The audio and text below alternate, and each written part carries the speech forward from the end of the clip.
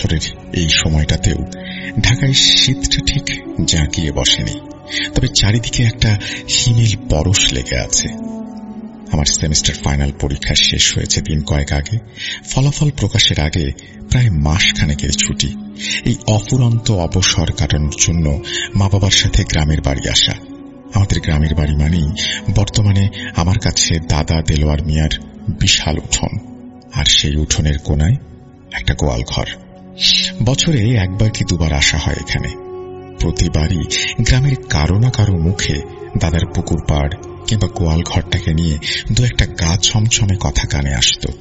কেউ নাকি রাতের বেলা পুকুর ঘাটে ছায়া দেখেছে, কেউ শুনেছে গোয়াল ঘরের ভেতর থেকে অদ্ভুত কান্নার আওয়াজ। আমি শহুরে ছেলে, এসব অলৌকিক গালগপ্পকে বরাবরই ফোঁ দিয়ে উড়িয়ে দিয়েছি। কিন্তু সেদিনের পর থেকে এই তুচ্ছ তাচ্ছিল্যের বিশ্বাসটা আমার পায়ের তলার মাটি সরিয়ে নিয়েছিল। সেদিন ছিল বৃহস্পতিবার। রাতের খাওয়া দাওয়া শেষ করে সবাই মিলে দাদার টিনের ঘরের সামনের মূল কক্ষে বসে গল্প করছিল। আমার দাদা, দাদি, মা, বাবা, আমার ছোট খালা। ঘরের ভেতর হ্যারিকেনের হলদে আলোয় একটা মায়াবী পরিবেশ তৈরি হয়েছিল। বাইরে তখন নিঝুম রাত, ঝিঝি পোকার একটানা ডাক সেই নিস্তব্ধতাকেও আরো গভীর করে তুলছিল। আমি গল্পের আসর থেকে উঠে নিজের ঘরে এলাম। জানলার পাশটা এসে দাঁড়াতেই বাইরের হিম শীতল বাতাসটা মুখে ঝাপটা মারল। আমার শোবার ঘরের জানলা দিয়ে দাদার বাড়ির পেছনের দিকটা স্পষ্ট দেখা যায়। ঠিক পেছনেই সেই গোয়াল ঘর, তার গা ঘেঁষে বিশাল এক পুকুর, আর পুকুরের ওপারেই ঘন বাঁশঝাড়। পূর্ণিমার রাত না হলেও চাঁদের আবছা আলোয় চারপাশটা কেমন ফ্যাকাশে লাগছিল। হুট করেই আমার চোখ আটকে গেল গোয়াল ঘরটার দিকে। তখন যা দেখে আমার বুকের ভেতরটা ধড়াস করে উঠল তা হল ভেতরের মানুষটার অবয়ব। অবিকল আমার মায়ের মতো একজন মহিলা কোদাল দিয়ে এক নাগারে মাটি কুপিয়ে চলেছেন। খনক খনক খনক একটানা শব্দটা রাতের নিস্তব্ধতাকে চিরে দিচ্ছিল। আমি স্তব্ধ হয়ে গেলাম। আমার মা এই রাতে গোয়াল ঘরে মাটি কোপাচ্ছেন? অসম্ভব। আমার মা বরাবরই একটু আরাম প্রিয়। গ্রামের বাড়ির কাজ বলতে তিনি এক গ্লাস পানিও নিজে ঢেলে খান না। দাদা দাদি কতবার সাথে করেও ওনাকে দিয়ে সামান্য কাজটুকুও করতে পারেন না।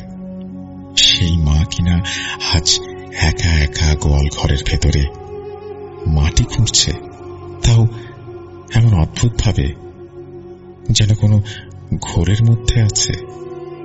আমি কয়েকবার চোখ কচলে নিলাম। না, চোখে ভুল নয়। চাঁদের আবছা আলোয় অবয়বটা স্পষ্ট। পরনের শাড়িটাও হুবহু আমার মায়ের। কিন্তু কেন? কি এমন আছে ওখানে যে আমার মা সব লাজ লজ্জা শরম ভুলে এমন একটা কাজে মগ্ন হয়ে গেলেন? আমার মাথায় হাজারটা প্রশ্ন কিলবিল করতে শুরু করলো। ভাবলাম গিয়ে দেখি ব্যাপারটা কি। জানালা থেকে সরে এসে আমি দরজা খোলার জন্য সামনের ঘরের দিকে পা বাড়ালাম। যে কক্ষে সবাই মিলে গল্প করছিল সেই ঘরের চৌকাঠে পা রাখা মাত্রই আমার শরীর বেয়ে একটা হিম শীতল স্রোত বয়ে গেল। পায়ের নিচের মাটি যেন এক মুহূর্তে সরে গেল। আমি যা দেখলাম তা এতক্ষণের বিশ্বাসকে দুমড়ে মুচড়ে দেওয়ার জন্য যথেষ্ট ছিল। আমার মা, আমার খালা, দাদা দাদি, বাবা সহ বাকিদের সাথে ঠিক আগের মতোই গল্পে মেতে আছেন। হ্যারিকেনের আলোয় তার মুখটা ঝলমল করছে। তিনি খালার কথায় খিলখিল করে হেসে উঠলেন। আমার মাথাটা ভোঁ ভোঁ করতে শুরু করলো। তাহলে গোয়াল ঘরে ওটাকে?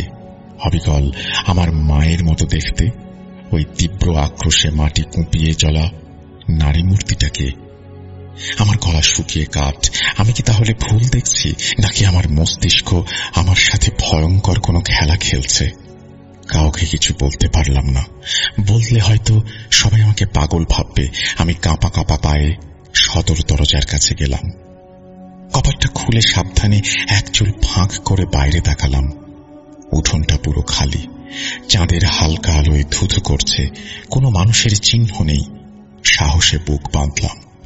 যা থাকে কপালে আমাকে দেখতেই হবে। খালি পায়ে উঠোনে নেমে এলাম। কনকনে ঠান্ডা মাটি পায়ের তলায় কাটার মতো বিচ্ছিল। আমি বাড়ির দেয়াল ঘেঁষে কোণার দিকে এগিয়ে গেলাম, যেখান থেকে গোয়াল ঘরটা পরিষ্কার দেখা যায়।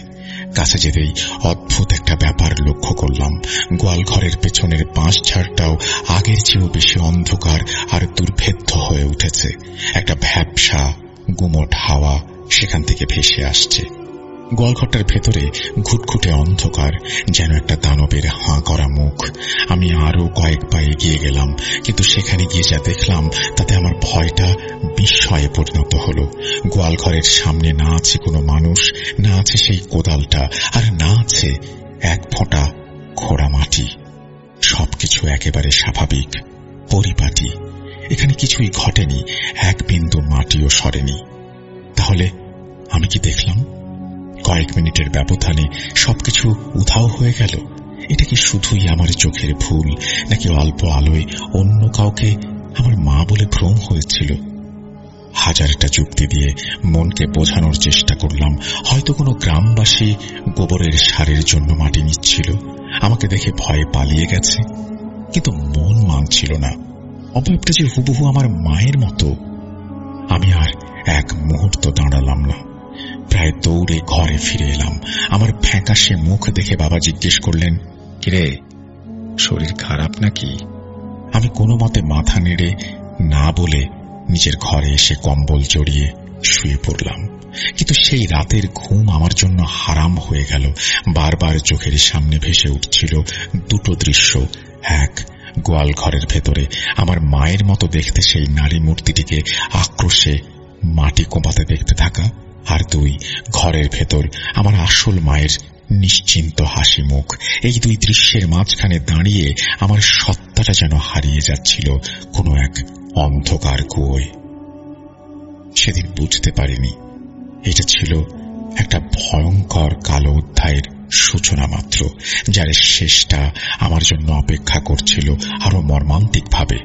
গ্রামের অস্বস্তিকর রাতটা পেছনে ফেলে আমরা ঢাকায় ফিরে এসেছিলাম।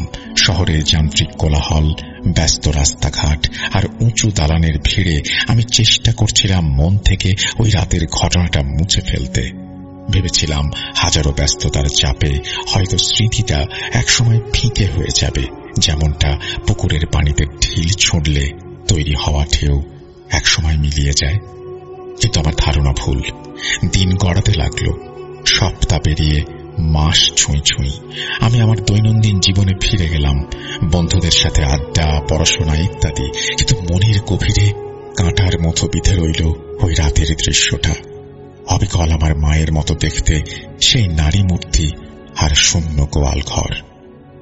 যতই দিন যাচ্ছিল ততই ঘটনাটা আমার মাথায় আরো জাঁকিয়ে বসছিল। রাতের বেলা নিজের ঘরে একা থাকতে গেলেই বুকের ভেতরটা কেমন ছ্যাঁত করে উঠত। মনে হতো এই বুঝি জানালার ওপাশে আবছা অন্ধকারে কাউকে দাঁড়িয়ে থাকতে দেখব। এরপর শুরু হলো আমার দুঃস্বপ্নের যন্ত্রণা। প্রায় প্রতি রাতেই আমি একই স্বপ্ন দেখতে শুরু করলাম। স্বপ্নে আমি নিজেকে আবিষ্কার করতাম গ্রামের বাড়ির ওই শোবার ঘরে, একই জানলার ধারে দাঁড়িয়ে আছি। বাইরে খুটখুটে অন্ধকার, আর অন্ধকারের মাঝে গোয়াল ঘরটায় দাঁড়িয়ে আছে ভয়ানক দৈত্যের মতো। আমি স্বপ্নেই দেখতাম ওই নারী মূর্তিটিকে, আমার মায়ের প্রতিচ্ছবি, এলোমেলো চুলে উন্মাদের মতো আক্রোশে মাটি কুপিয়ে চলেছে। খনক খনক খনক।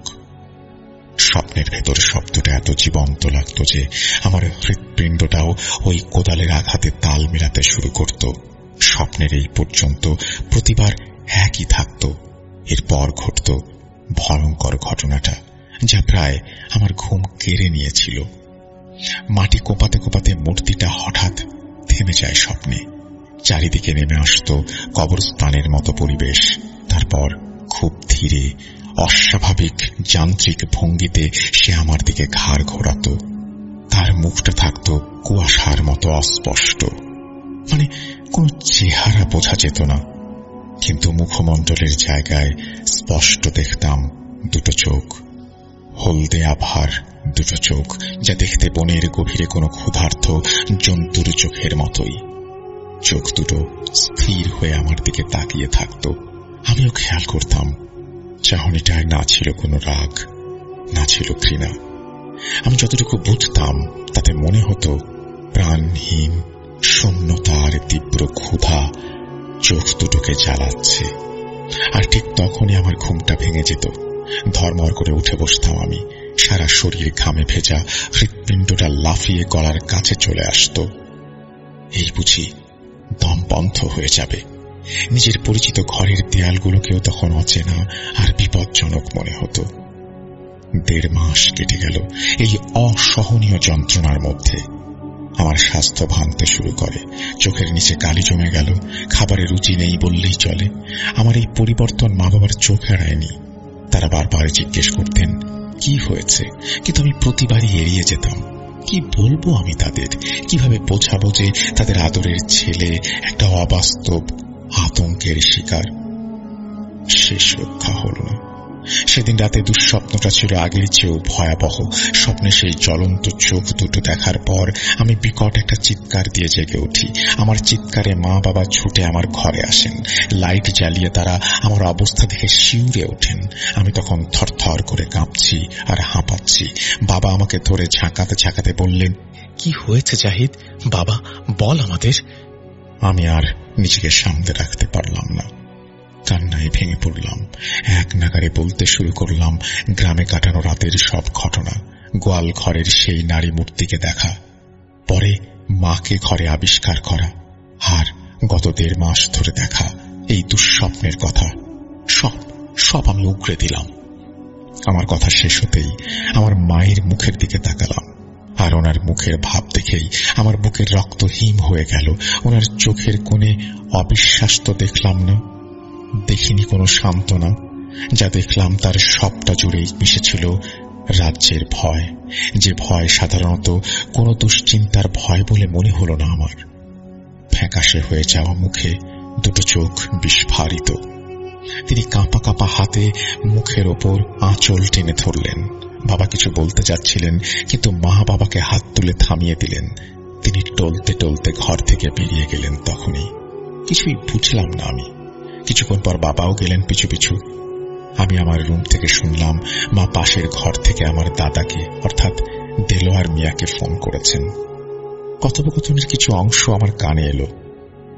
আব্বা ও দেখে ফেলেছে, জাহিদ সব দেখে ফেলেছে। হ্যাঁ, সেই গোয়াল ঘরে। এখন কি হবে আব্বা?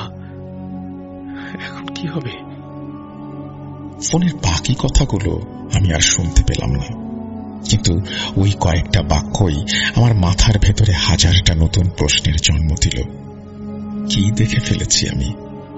সব মানে কি? মা এমন ভাবে কথা বলছেন যেন তিনি আগে থেকেই সবটা জানেন। ফোন রেখে মা যখন ফিরলেন, তার চেহারা দেখে মনে হচ্ছিল তিনি যেন এক মুহূর্তে 10 বছর বুড়িয়ে গেছেন। বাবার দিকে তাকিয়ে একটা কথাই বললেন, আমাদের কাল সকালেই গ্রামের বাড়ি যেতে হবে। বাবার মুখেও এবার দেখলাম চিন্তার ছাপ। তিনি কোনো দ্বিরুক্তি করলেন না, শুধু একবার আমার দিকে অসহায় দৃষ্টিতে তাকিয়ে মাথা নাড়লেন। সেটাতে আর কেউ ঘুমোতে পারল না। সারা বাড়ি জুড়ে চলল দ্রুত গোছগাছের শব্দ। আমি আমার বিছানায় বসে রইলাম জীবন্ত পাথর হয়ে। আমার ভয়টা তখন আর শুধু আমার একার ছিল না, সেটা সংক্রমিত হয়েছে আমার পুরো পরিবারে। আমি বুঝতে পারছিলাম আমি এমন এক রহস্যের দরজায় টোকা দিয়ে ফেলেছি, যার ওপারে অপেক্ষা করছে আমার পরিবারের কবর দেয়া কোনো এক ভয়াল অতীত। পরদিন সকালে আমি দেখলাম বাড়িতে অভূতপূর্ব ব্যস্ততা। মা বাবা দুজনেই প্রায় তৈরি। গাড়ির অভ্যন্তরে অসহনীয় শ্বাসরোধী স্তব্ধতা বিরাজ করছিল। মা জানালার বাইরে দৃষ্টি নিবদ্ধ করে রেখেছেন। গাল বেয়ে গড়িয়ে পড়ছে নীরব অশ্রুধারা। বাবা কঠিন মুখে স্টিয়ারিং ধরে আছেন। আমার সহস্র প্রশ্ন গলার কাছে এসে দলা পাকিয়ে গেল। বাবা মায়ের থমথমে মুখ দেখে বুঝেছিলাম এখন কোনো প্রশ্ন করা বৃথা। গ্রামে পৌঁছে আমি আরো বিস্মিত হলাম। আমাদের বাসার বসার ঘরে একজন সৌম্যকান্তি গাম্ভীর্যের কঠিন আবরণে ঢাকা হুজুর বসে আছেন, হাতে তাসবিহ। দাদা দেলোয়ার মিয়ার মুখমণ্ডলেও ভয়ের ছাপ। দাদা ইশারায় আমাকে তার কাছে ডাকলেন। হুজুর আমার দিকে কিছুক্ষণ এক দৃষ্টিতে তাকিয়ে রইলেন, যা ছুরির ফলার ন্যায় তীক্ষ্ণ। আমার মনে হলো আমার অন্তরাত্মা সেই দৃষ্টি ভেদ করে যাচ্ছে। হুজুর নিচু স্বরে পবিত্র কোরআনের আয়াত পাঠ করে আমার সর্বাঙ্গে ফু দিলেন। আমি অনুভব করলাম একটা হিম শীতল স্রোত আমার শির দ্বারা দিয়ে নেমে গেল। এরপর হুজুর আমার দাদাকে ইশারায় বাইরে ডেকে নিয়ে গেলেন। ঘরের ভেতর থেকে আমি দেখলাম বারান্দায় দাঁড়িয়ে হুজুরের সাথে কথা বলতে বলতে আমার দাদার কপালে বিন্দু বিন্দু ঘাম জমে উঠেছে। চেহারা ক্রমশ পাংশু বর্ণ ধারণ করেছে। আলোচনা শেষে তারা যখন ফিরে এলেন তখন শুধু দাদা নন, দাদি, খালা এবং মায়ের মুখেও রাজ্যের শঙ্কা ও ভয়ের কালো ছায়া। পরিবেশ এতটাই গোমরা হয়ে উঠেছিল যে আমার শ্বাস নিতেও কষ্ট হচ্ছিল। তখন আমি আর নিজেকে সংযত রাখতে না পেরে সরাসরি আমার মাকে ধরলাম। কি হয়েছে মা? আমাকে খুলে বলো, কেন তোমরা এরকম করছো? আমার মা এবার আর নিজের আবেগ ধরে রাখতে পারলেন না। তার এতদিনের চেপে রাখা ভয়, যন্ত্রণা আর আতঙ্ক বাঁধ ভাঙা বন্যার মতো বেরিয়ে আসে। তিনি জাহেদ রে বলে বুক ফাটা আর্তনাদ করে জ্ঞান হারিয়ে মাটিতে লুটিয়ে পড়লেন। বাড়ির সকলে কি হলো কি হলো বলে ছুটে এসে তাকে ধরাধরি করে বিছানায় শুইয়ে দেয়। বাড়িতে একটা তুমুল আলোড়ন সৃষ্টি হয়। দ্রুত চিকিৎসক ডেকে নিয়ে আসা হয়। তিনি এসে পরীক্ষা করে জানালেন মা তীব্র মানসিক চাপ ও আকস্মিক আতঙ্কের ফলে জ্ঞান হারিয়েছেন। চিকিৎসক একটি ঘুমের ইঞ্জেকশন দিয়ে কিছু ঔষধ লিখে বিদায় নেন। অচেতন মায়ের পাশে নির্বাক হয়ে বসেছিলাম আমি। পুরো বাড়িটা যেন ভুতুড়ে ছায়ায় ডুবে আছে। এমন সময় আমার দাদা দেলোয়ার মিয়া একটি ক্লান্তিকর দীর্ঘশ্বাস ফেলে আমার পাশে এসে বসলেন। চোখ মুখে বহু বছরের পুরনো কষ্ট আর অনুশোচনার ছাপ। তিনি আমার মাথায় হাত রেখে ভগ্ন স্বরে বললেন, আমার ভুলের প্রায়শ্চিত্ত আমার বংশধরদের করতে হচ্ছে, আর গোপন করে লাভ নেই। আজ এই ইতিহাসের কথা তোমাদের বলা প্রয়োজন। আমি দাদার মুখের দিকে তাকালাম। চোখ ছল ছল করছে। দাদা অতীতের পাতা উল্টোতে শুরু করলেন।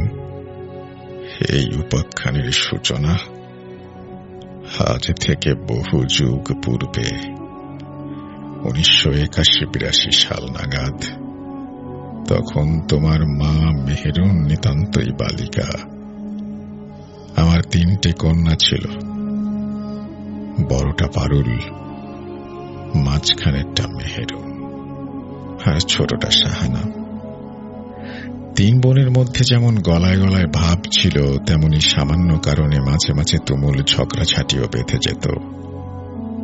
আমি তখন তরুণ, ক্ষেত খামারে কঠোর পরিশ্রম করতাম। যেদিন কাজ সেরে বাজার থেকে তাদের জন্য বাতাসা বা মিঠাই আনতে ভুলে যেতাম, সেদিন 3 বোনের সমবেত কান্নায় বাড়ি মাথায় উঠত। জ্যৈষ্ঠের সেই দ্বিপ্রহরে সূর্য আকাশ থেকে আগুন বর্ষণ করছিল। ক্ষেতের কাজে শরীর আর মেজাজ দুই ছিল রুক্ষ। রিক্ত হস্তে বাড়ি ফিরলাম। আমাকে দেখা মাত্রই 3 কন্যা তাদের নিত্য নৈমিত্তিক কান্নার আসর জমিয়ে দিল। আমার মাথায় তখন ক্রোধের অগ্নিশিখা। হিতাহিত জ্ঞান শূন্য হয়ে তাদের ওপর প্রহার করলাম। পিতার এমন রুদ্রমূর্তি দ্বারা পূর্বে কখনো দেখেনি। মার খেয়ে যে যেদিকে পারল ছুটে পালালো। সন্ধ্যা নামার পূর্বে মেহেরুন আর শাহানা ভয়ে ভয়ে ফিরে এলো, কিন্তু বড় কন্যাটি ফিরল না। আমার বড় মেয়ে পারুল আর ফিরল না। আমি দাদার মুখমণ্ডল অনুসরণ করে শুনে যাচ্ছিলাম সম্পূর্ণ ঘটনা। দাদা বলে চললেন, পারুলকে খুঁজে বের করার জন্য সমগ্র গ্রামবাসী ভেঙে পড়ল। হারিকেন হাতে নিয়ে সকলে পারুল পারুল বলে চিৎকার করতে করতে বন, বাদার, পুকুর পার সর্বত্র তন্ন তন্ন করে খুঁজল, কিন্তু মেয়েটির কোনো চিহ্নও পাওয়া গেল না। আমাদের আশঙ্কাও ঘনীভূত হল। আমরা যখন প্রায় হাল ছেড়ে দিয়ে থানায় সংবাদ দেব বলে মনস্থির করেছি, ঠিক তখনই বাড়ি ফিরে দেখি অবিশ্বাস্য দৃশ্য। পারুল আমাদের সদর দরজার চৌকাঠে হেলান দিয়ে নিশ্চল পাথরের মূর্তির ন্যায় বসে আছে। ওর মাঝে কোনো ভয় বা কান্নার লেশ মাত্র নেই, ছিল অদ্ভুত শূন্য দৃষ্টি। আমি মারে বলে ছুটে ওর কাছে যেতেই সে এক দৌড়ে ঘরের অন্ধকারে মিলিয়ে যায়। আমি পিছু পিছু ঘরে প্রবেশ করে যা দেখলাম তাতে আমার রক্ত হিম হয়ে যায়। মেয়েটা বিছানায় এমন গভীর নিদ্রায় মগ্ন দেখে মনেই হয় না যে সে এইমাত্র ছুটে এসেছে বা সারাদিন নিরুদ্দেশ ছিল। কি নিষ্পাপ, কি শান্ত মুখশ্রী। কিন্তু সেই রাত থেকেই শুরু হলো আসল বিভীষিকা। গভীর রাতে তোমার মার খালার আর্তনাদে আমরা ছুটে গিয়ে দেখি পারুল একটি ধারালো বটি হাতে তাদের সামনে দাঁড়িয়ে খলখল করে হাসছে। আমি ওর হাত থেকে বটি কেড়ে নিলাম, কিন্তু কেড়ে নিতে গেলে 9 বছরের মেয়েটি আমার দিকে এমন জ্বলন্ত দৃষ্টিতে তাকালো যা দেখে আমার মতো জোয়ান পুরুষেরও হৃৎপিণ্ড কেঁপে উঠল।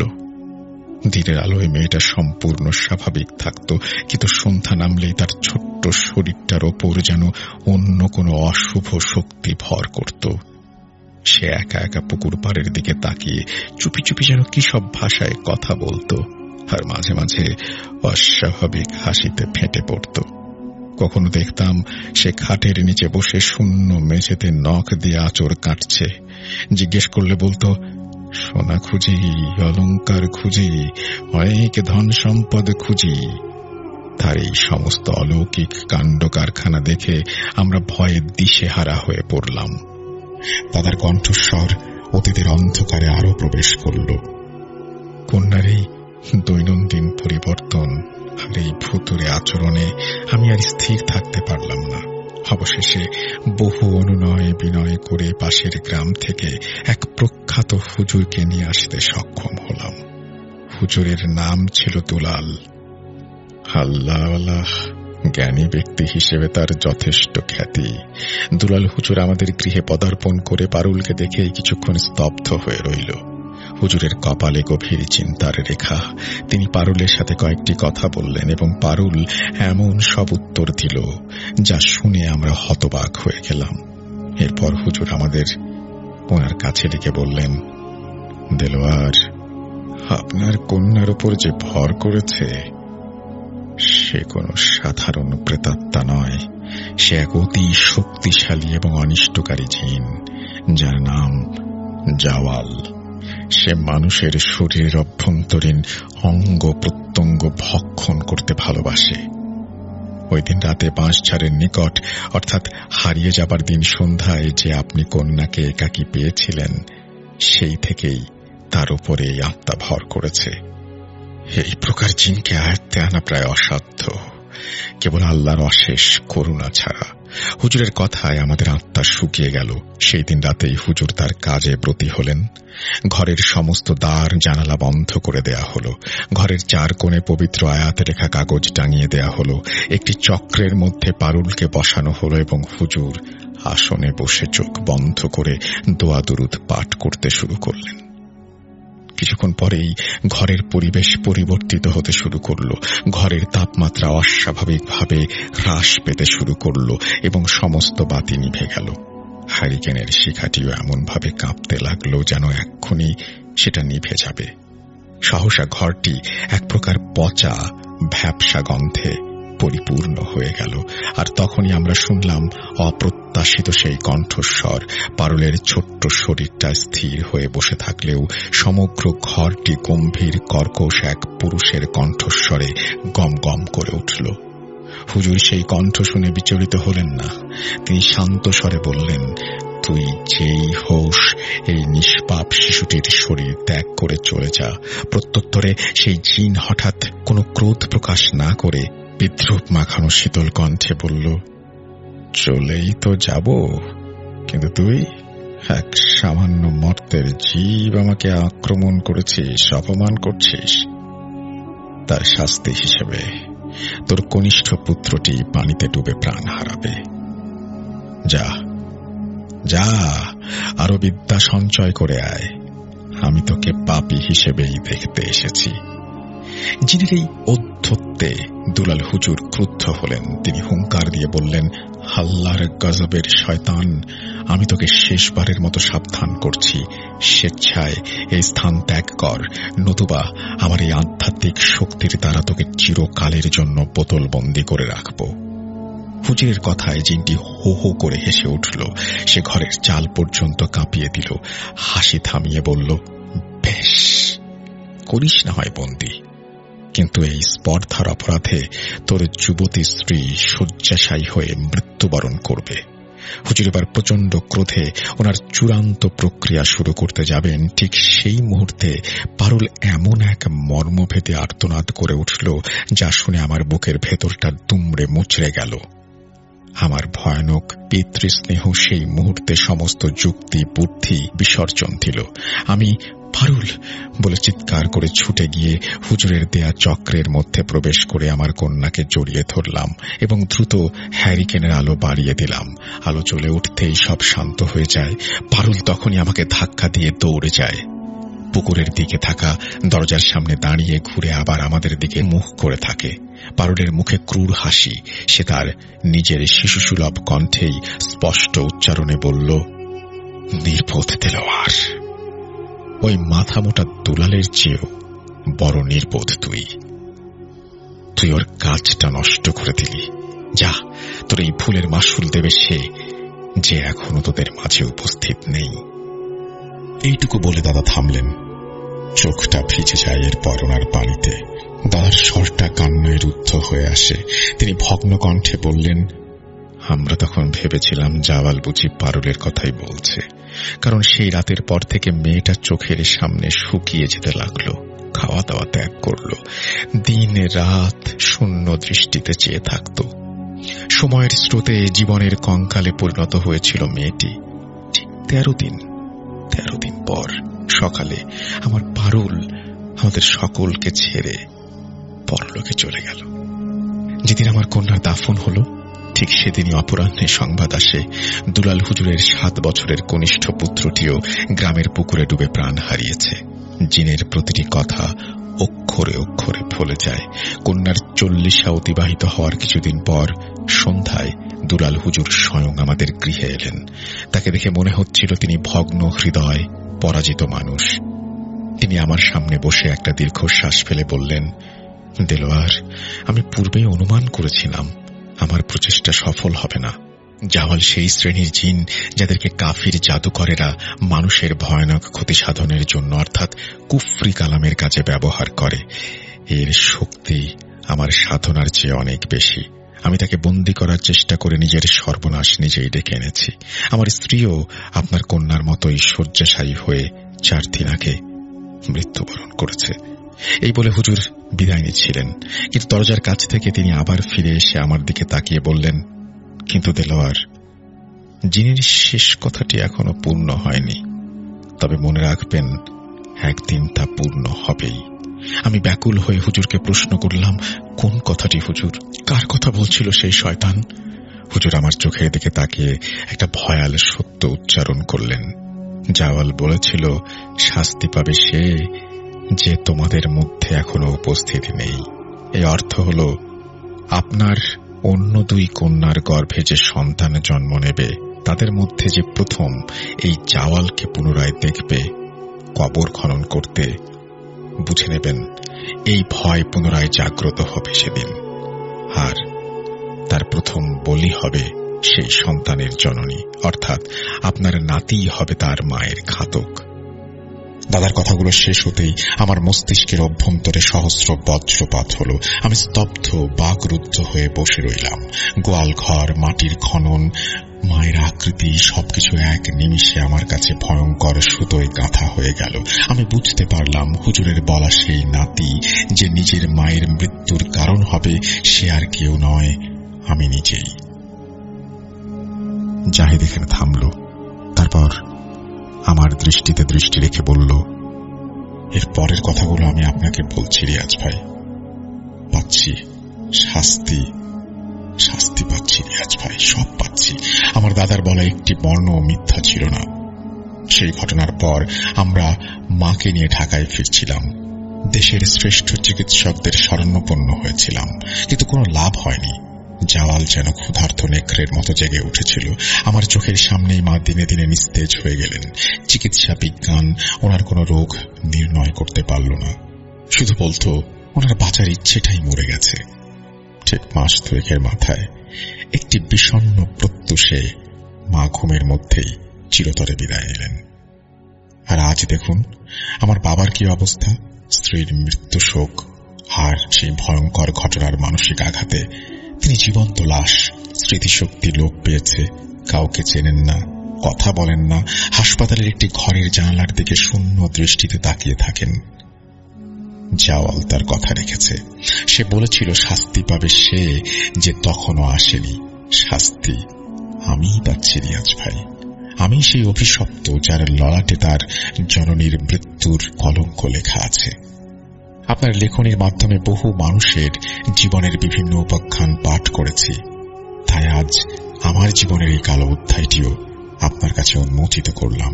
আমার মায়ের চিকিৎসাকালীন আলোকচিত্র এবং আমার পিতার বর্তমান অবস্থার ছবি সহ এই ঘটনার সপক্ষে বহু প্রমাণ আমি আপনাকে প্রেরণ করেছি। আমার বিনীত অনুরোধ, এই প্রমাণগুলি আপনার একান্ত অবলোকনের মধ্যেই সীমাবদ্ধ থাকুক, এখনই জনসম্মুখে প্রকাশিত না হোক।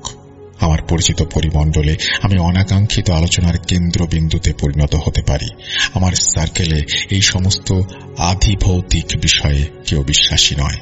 ফলস্বরূপ আমি হয়তো তাদের পরিহাসের পাত্রে পরিণত হব। জালটা দেখার জন্য রওনা দিই, কারণ ওই জালটার ভিতরে যে মাছগুলা আটকা পড়বে, রাতের বেলা তো আর ওই মাছগুলা ছাড়িয়ে নিয়ে আসা সম্ভব না। এই কারণে সন্ধ্যার আগে আগে আমি ওইখানে গিয়ে মাছগুলা ছাড়িয়ে নিয়ে আসবো, যাতে ওই মাছগুলা নষ্ট না হয়ে যায়। তো যেই চিন্তা সেই কাজ, আমি চলে গেলাম জাল থেকে মাছগুলা ছাড়িয়ে আনার জন্য। তো যখন জালের কাছে গেলাম, জালের কাছে গিয়ে দেখি মাছে ওই জালটা একদম সাদা হয়ে আছে। বিশ্বাস করবেন না, এত মাছ ওই জালটার মধ্যে ধরা পড়ছে। তো সমস্ত মাছ খুলে আনতে আনতে অনেকটা সময় পার হয়ে গেল। মাগরিবের আজানও হয়ে গেছে। তবে মাগরিবের আজান হলেও অন্ধকার হয়ে যায়নি তখনও, মানে পরিবেশটা তখন আলো আধারের মতো আর কি। তো যখন জাল থেকে মাছ ছাড়ানো হয়ে গেল, তো আমি বাড়ির উদ্দেশ্যে রওনা দিলাম। কিছুটা দূর এসেছি, এরই মাঝে আমি লক্ষ্য করলাম হাঁসের বাচ্চার চিচি শব্দ ভেসে আসছে। ভালো করে লক্ষ্য করতেই আমি শুনতে পাচ্ছি যে একটা কচুরির ভেলা ছিল ওইখানে। কচুরির ভেলার মধ্যে ওইখানে আবার অনেকে গাছ লাগায়, গাছ বলতে লাউ গাছ, কুমড়া গাছ, এই সমস্ত গাছ লাগায় দেয়। তো ওই কচুরির ভেলা থেকে হাঁসের বাচ্চার আওয়াজ ভেসে আসছে। তো আমি তো ছোট মানুষ, আমার ভিতরে কৌতূহল জাগলো, আসলে এখানে এই সন্ধ্যাবেলা হাঁসের বাচ্চা ডাকে কেন? আর এই হাঁসের বাচ্চা সন্ধ্যাবেলা এখানে হাঁসের বাচ্চা ডাকার মানে হলো এই হাঁসগুলো অবশ্যই হারিয়ে গেছে। আর আমার মনের মধ্যে তখন দুষ্টু চিন্তা ঢুকলো যে আমি এই হাঁস এখান থেকে ধরবো। তো যে চিন্তা সেই কাজ, আমি কি করলাম, নৌকাটা নিয়ে আস্তে আস্তে ওই কচুরি ভেলাটার কাছে চলে যেতে থাকলাম।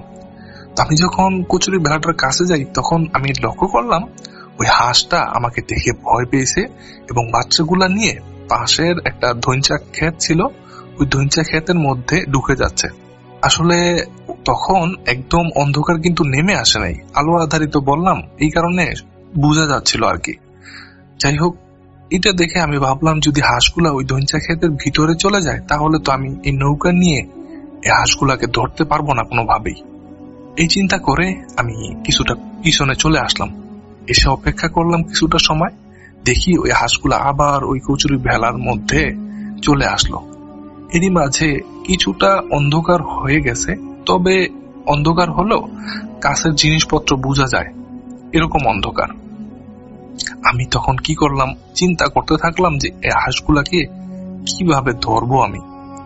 তো চিন্তা করতে করতে হঠাৎ মাথার মধ্যে একটা দুষ্টু বুদ্ধি খেলা করলো, যে ওই বিলের মাঝে তো বেশি পানি না, তখন বড় জোর আমার বুক পর্যন্ত পানি হবে।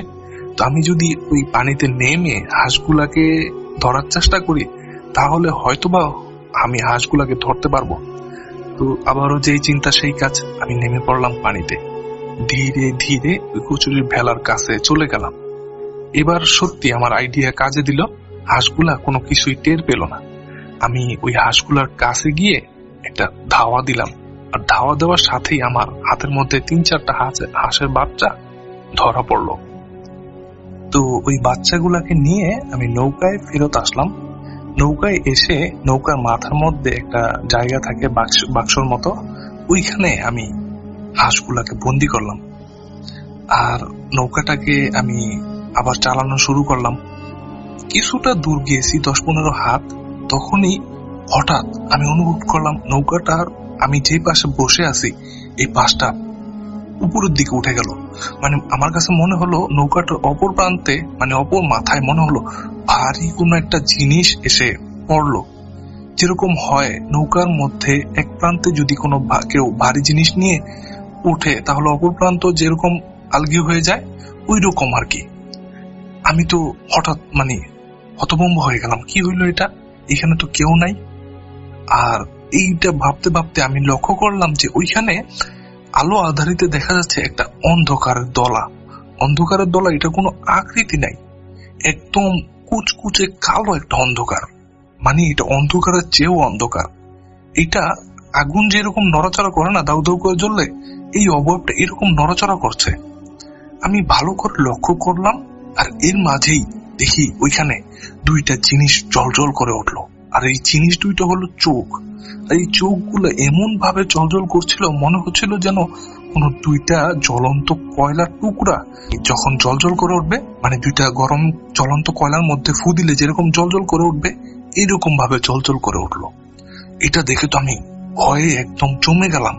আমার কলিজার পানি একদম শুকিয়ে গেল। আমি একটু নড়াচড়া করতে পারছিলাম না। আমার মুখ দিয়ে কোনো ধোঁয়াধুরু, আমি তখন যেগুলা পারতাম আর কি ওইগুলো উচ্চারণ করতে পারছিলাম না। আমি মনে মনে আল্লাহকে ডাকতে থাকলাম, ভাবতে থাকলাম এখনই কি আমার শেষ সময়।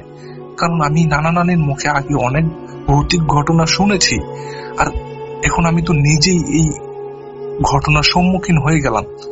এটা ভেবে আমার ভেতরে একদম দুমড়ে মুচড়ে যাচ্ছিল।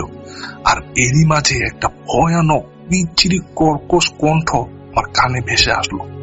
আমাকে বলল যে আমার বাচ্চাদের ছেড়ে দে, দিয়ে দে আমার বাচ্চাদের। এই বিলের মাঝে আমি সম্পূর্ণ একা, এবং আমার সাথে কেউ নাই, আশেপাশেও কেউ নাই। স্পষ্ট আমি এমন একটা কর্কশ কণ্ঠ শুনে ভয়ে একদম মনে করেন যে অজ্ঞান হয়ে যাওয়ার অবস্থা, কিন্তু আমি কোনোভাবেই অজ্ঞান হতে পারছিলাম না। এরই মাঝে ওই অবয়বটা কি করলো, সাই করে ওই পার থেকে আমার কাছে চলে আসলো। কাছে এসে আমি শুধু ওই অন্ধকার আকৃতি দেখছিলাম, আমি আর অন্য কোনো কিছু দেখছিলাম না, কোনো চেহারা না, কোনো কিচ্ছু না। আর 2টা চোখ আর অন্ধকারের একটা দলা এরকম। আমাকে মনে হলো যে আমার গালের মধ্যে প্রচন্ড একটা আঘাত আমি অনুভব করলাম। এই আঘাতটা মনে হলো একটা গরম লোহার টুকরো আমার গালে এসে পড়লো। আর আমি সাথে সাথে বিদ্যুৎ চমকানোর মতো একটা অনুভব করলাম। আর এরপর আমার কোনো কিছু মনে নাই। তো এর কত সময় পরে আমি জানি না, আমার জ্ঞান ফিরলে আমি দেখতে পাই আমি নানুর বাড়িতে চোখের উপরে শুয়ে আছি। আমার জ্ঞান ফিরতে নানু জিজ্ঞেস করলো, কি হয়েছে তোর, তুই এই জায়গায় বেহুশ হয়ে পড়ে আসলি কি লেগা? আমি তখন সমস্ত ঘটনা খুলে বললাম, আর জিজ্ঞেস করলাম আমি বাড়িতে আসলাম কি করে। আমার নানু তখন বলল, ওইখানে একটা ছোট্ট বাজার আছে বলুই নামক, এবং ওইখানে একটা ব্রিজও আছে, স্টিলের ব্রিজ। তো ওইখানে আবার ওই বাড়ির এক নানা গিয়েছিলেন কোন এক কাজে। তো ওইখানে সচরাচর এই বাড়ির মানুষজন যায় না। ওইখানে পূব দিকে আরেকটা বাজার আছে, চান্দের বাজার নাম, ওইখানে সবাই যায়। তবে ওই দিন ওই নানা হয়তোবা কোনো দরকারে ওই বাজারে গিয়েছিলেন। তো আমার সাথে যখন এই ঘটনাটা ঘটলো, ওই সময় আবার আমার ওই ঘটনার কিছুক্ষণ পরে হয়তোবা ওই নানা ওইখান থেকে ফিরছিলেন। তো আমি যেই দিক দিয়ে মাছের জালটা পেতেছিলাম ওই রাস্তা দিয়ে, ওইটা আবার চলাচল করার একটা রাস্তার মতো হয়ে গেছে, নৌকা চলাচল করার, ওইখান দিয়ে ফিরছিল। তো যখন ফিরছিল তখন উনি আমার নানাদের নৌকা দেখতে পান। তো নৌকা দেখে আমার নানার নাম ধরে ডাকেন, কিন্তু আমার নানা সাড়া পায় না। এই কারণে উনি বুঝতে পারেন যে এখানে হয়তোবা কোনো বিপদ ঘটছে। এই জন্য উনি নৌকার কাছে গিয়ে আসলে দেখতে পান আমি ওই নৌকার মধ্যে এমন ভাবে অজ্ঞান হয়ে পড়ে আছি, আর কিছু এদিক সেদিক হলে আমি পানিতে পড়ে যেতাম। তখন উনি আমাকে উদ্ধার করেন এবং বাড়িতে নিয়ে আসেন। তো আমার যখন জ্ঞান ফিরলো, এই সমস্ত ঘটনার সকল কিছু আমি বললাম, নানুর কাছ থেকেও শুনলাম। তো এরপরে নানু আমাকে একটু ঝাড়ফুঁক করলেন এবং গ্রামের যে প্রচলিত টোটকাগুলা থাকে, এই লোহা পুড়িয়ে পানিতে চুবি ওই পানিটা খাওয়ানো, লবণ খাওয়ানো, এই সমস্ত আর কি, ওইগুলা করলেন। তো এরই মাঝে আমার প্রচন্ড জ্বর চলে আসছে শরীরে, আমি কোনোভাবে নড়াচড়া করতে পারছি না, এমন অবস্থা খারাপ হয়ে গেল আমার। আমি শুয়ে পড়লাম।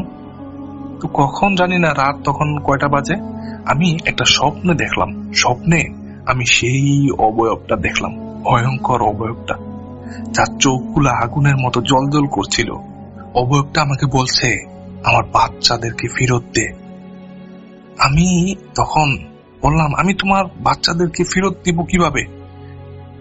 তখন অবয়বটা বলে, তুই যদি আমার বাচ্চাদেরকে ফেরত না দিস, তোর অবস্থা হবে ভয়ঙ্কর, তোর পরিণতি খুব করুণ হবে। তাই ভালো ভালো বলছি, আমার বাচ্চাদেরকে ফেরত দে। দেখ, আমি কারো ক্ষতি করি না, তবে তুই যেই ক্ষতিটা করেছিস, এই ক্ষতিটা আমার কোনোভাবেই সহ্যের মধ্যে পড়ে না। তুই আমার বাচ্চাদেরকে নিয়ে এসেছিস, আমার বাচ্চাদেরকে ফেরত দে। তুই ফেরত না দিলে আমি নিতেও পারছি না, তুই আমার বাচ্চাদেরকে ফেরত দে। খালি একই কথা বলছে আর কি স্বপ্নের মধ্যে। তো এরই মাঝে আমার ঘুম ভেঙে যায়, আমি এক চিৎকার দিই। চিৎকার দেওয়ার সাথে সাথে আমার নানুরও ঘুম ভেঙে যায়। তখন আমার নানুকে আমি বলি যে আমি এরকম স্বপ্ন দেখছি, অবয়বটা আমাকে এরকম কথা বলছে। তখন নানু কিছুটা বুঝতে পারে, উনি আবার এই সমস্ত বিষয়ে খুব সচেতন, এই প্যারানরমাল বিষয়ে, কারণ ওনার সাথেও আগে পরে অনেক ঘটনা ঘটছে। এই কারণে উনি কি করলেন, আমাকে নিয়েই ওই নৌকার চলে গেলেন। এবং আমি বললাম, এইখানে আমি নৌকায় হাঁসের বাচ্চাগুলোর কথা তো উনাকে বলছি। তো উনি ওই জায়গাটা ওই মাচাটা উঠালেন এবং দেখলেন ওইখানে হাঁসের বাচ্চাগুলো আছে। তো আমাকে বললেন যে হাঁসের বাচ্চাগুলো নে এবং হাঁসের বাচ্চাগুলাকে ছেড়ে দে। বলে রাখি, ছেড়ে দে বলতে যেখানে বাড়ি এখানে না, আমি যেখান থেকে হাঁসের বাচ্চাগুলা ধরছিলাম ওই জায়গায় আমাকে নিয়ে গেছিল নৌকা নিয়ে, এবং ওইখানে ওই বাচ্চাগুলা ছেড়ে আসছিলাম। তো এরপরে বাড়িতে আসলাম। বাড়িতে আসার পথে আর কোনো বিপদ ঘটে নাই, কোনো ঘটনা ঘটে নাই। পরের দিন সকাল হতেই নানু ওই স্থানীয় এক মাদ্রাসায় আমাকে নিয়ে যায়। ওইখানে কারি সাহেবের কাছে সমস্ত ঘটনা খুলে বলেন। ওই কারি সাহেব আবার টুকটাক এই সমস্ত চিকিৎসা করতেন, তাবিজ কবজ দিতেন, জিন ভূত ধরলে উনি ছাড়াতেন। তো ওনার কাছে সমস্ত ঘটনা খুলে বললেন। কারি সাহেব হুজুর, উনি ওনার একটা রুম আছে ছোট্ট, ওই রুমে উনি থাকেন। ওই রুমে উনি চলে গেলেন সমস্ত কথা শোনার পরে। বেশ কিছু সময় পরে উনি আসলেন, এসে একটা কবজ দিলেন। কবজ হলো তাবিজের ভিতরে যেটা থাকে, ওই মেইন তাবিজটা, ওইটা দিলেন এবং বললেন এটা তাবিজের ভিতর ভরে আমাকে যেন পরিয়ে দেওয়া হয়। এবং বললেন উনি ঘটনাটা, আসলে ওই বিলের মাঝে অনেকগুলো জিনের পরিবার বসবাস করে। তো ওই রাতে ওই কচুরির ভেলার মধ্যে একটা জিনের পরিবার এই হাঁসের রূপে ওইখানে বসেছিল রাত্রি পার করার জন্য।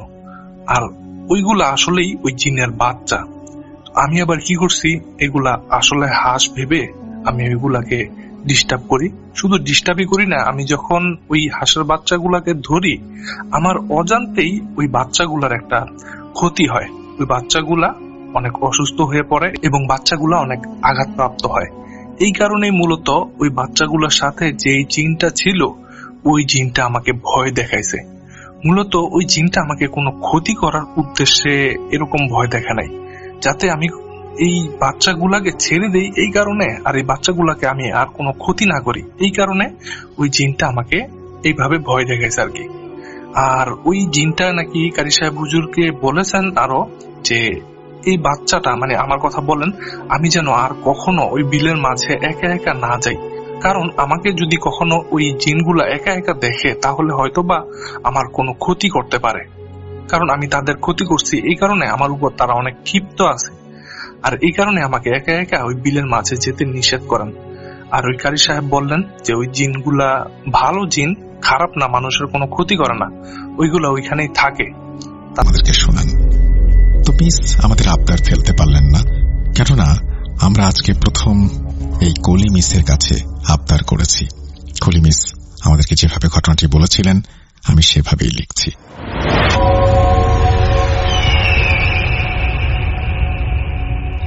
সালটা বোধহয় 2010-11 হবে।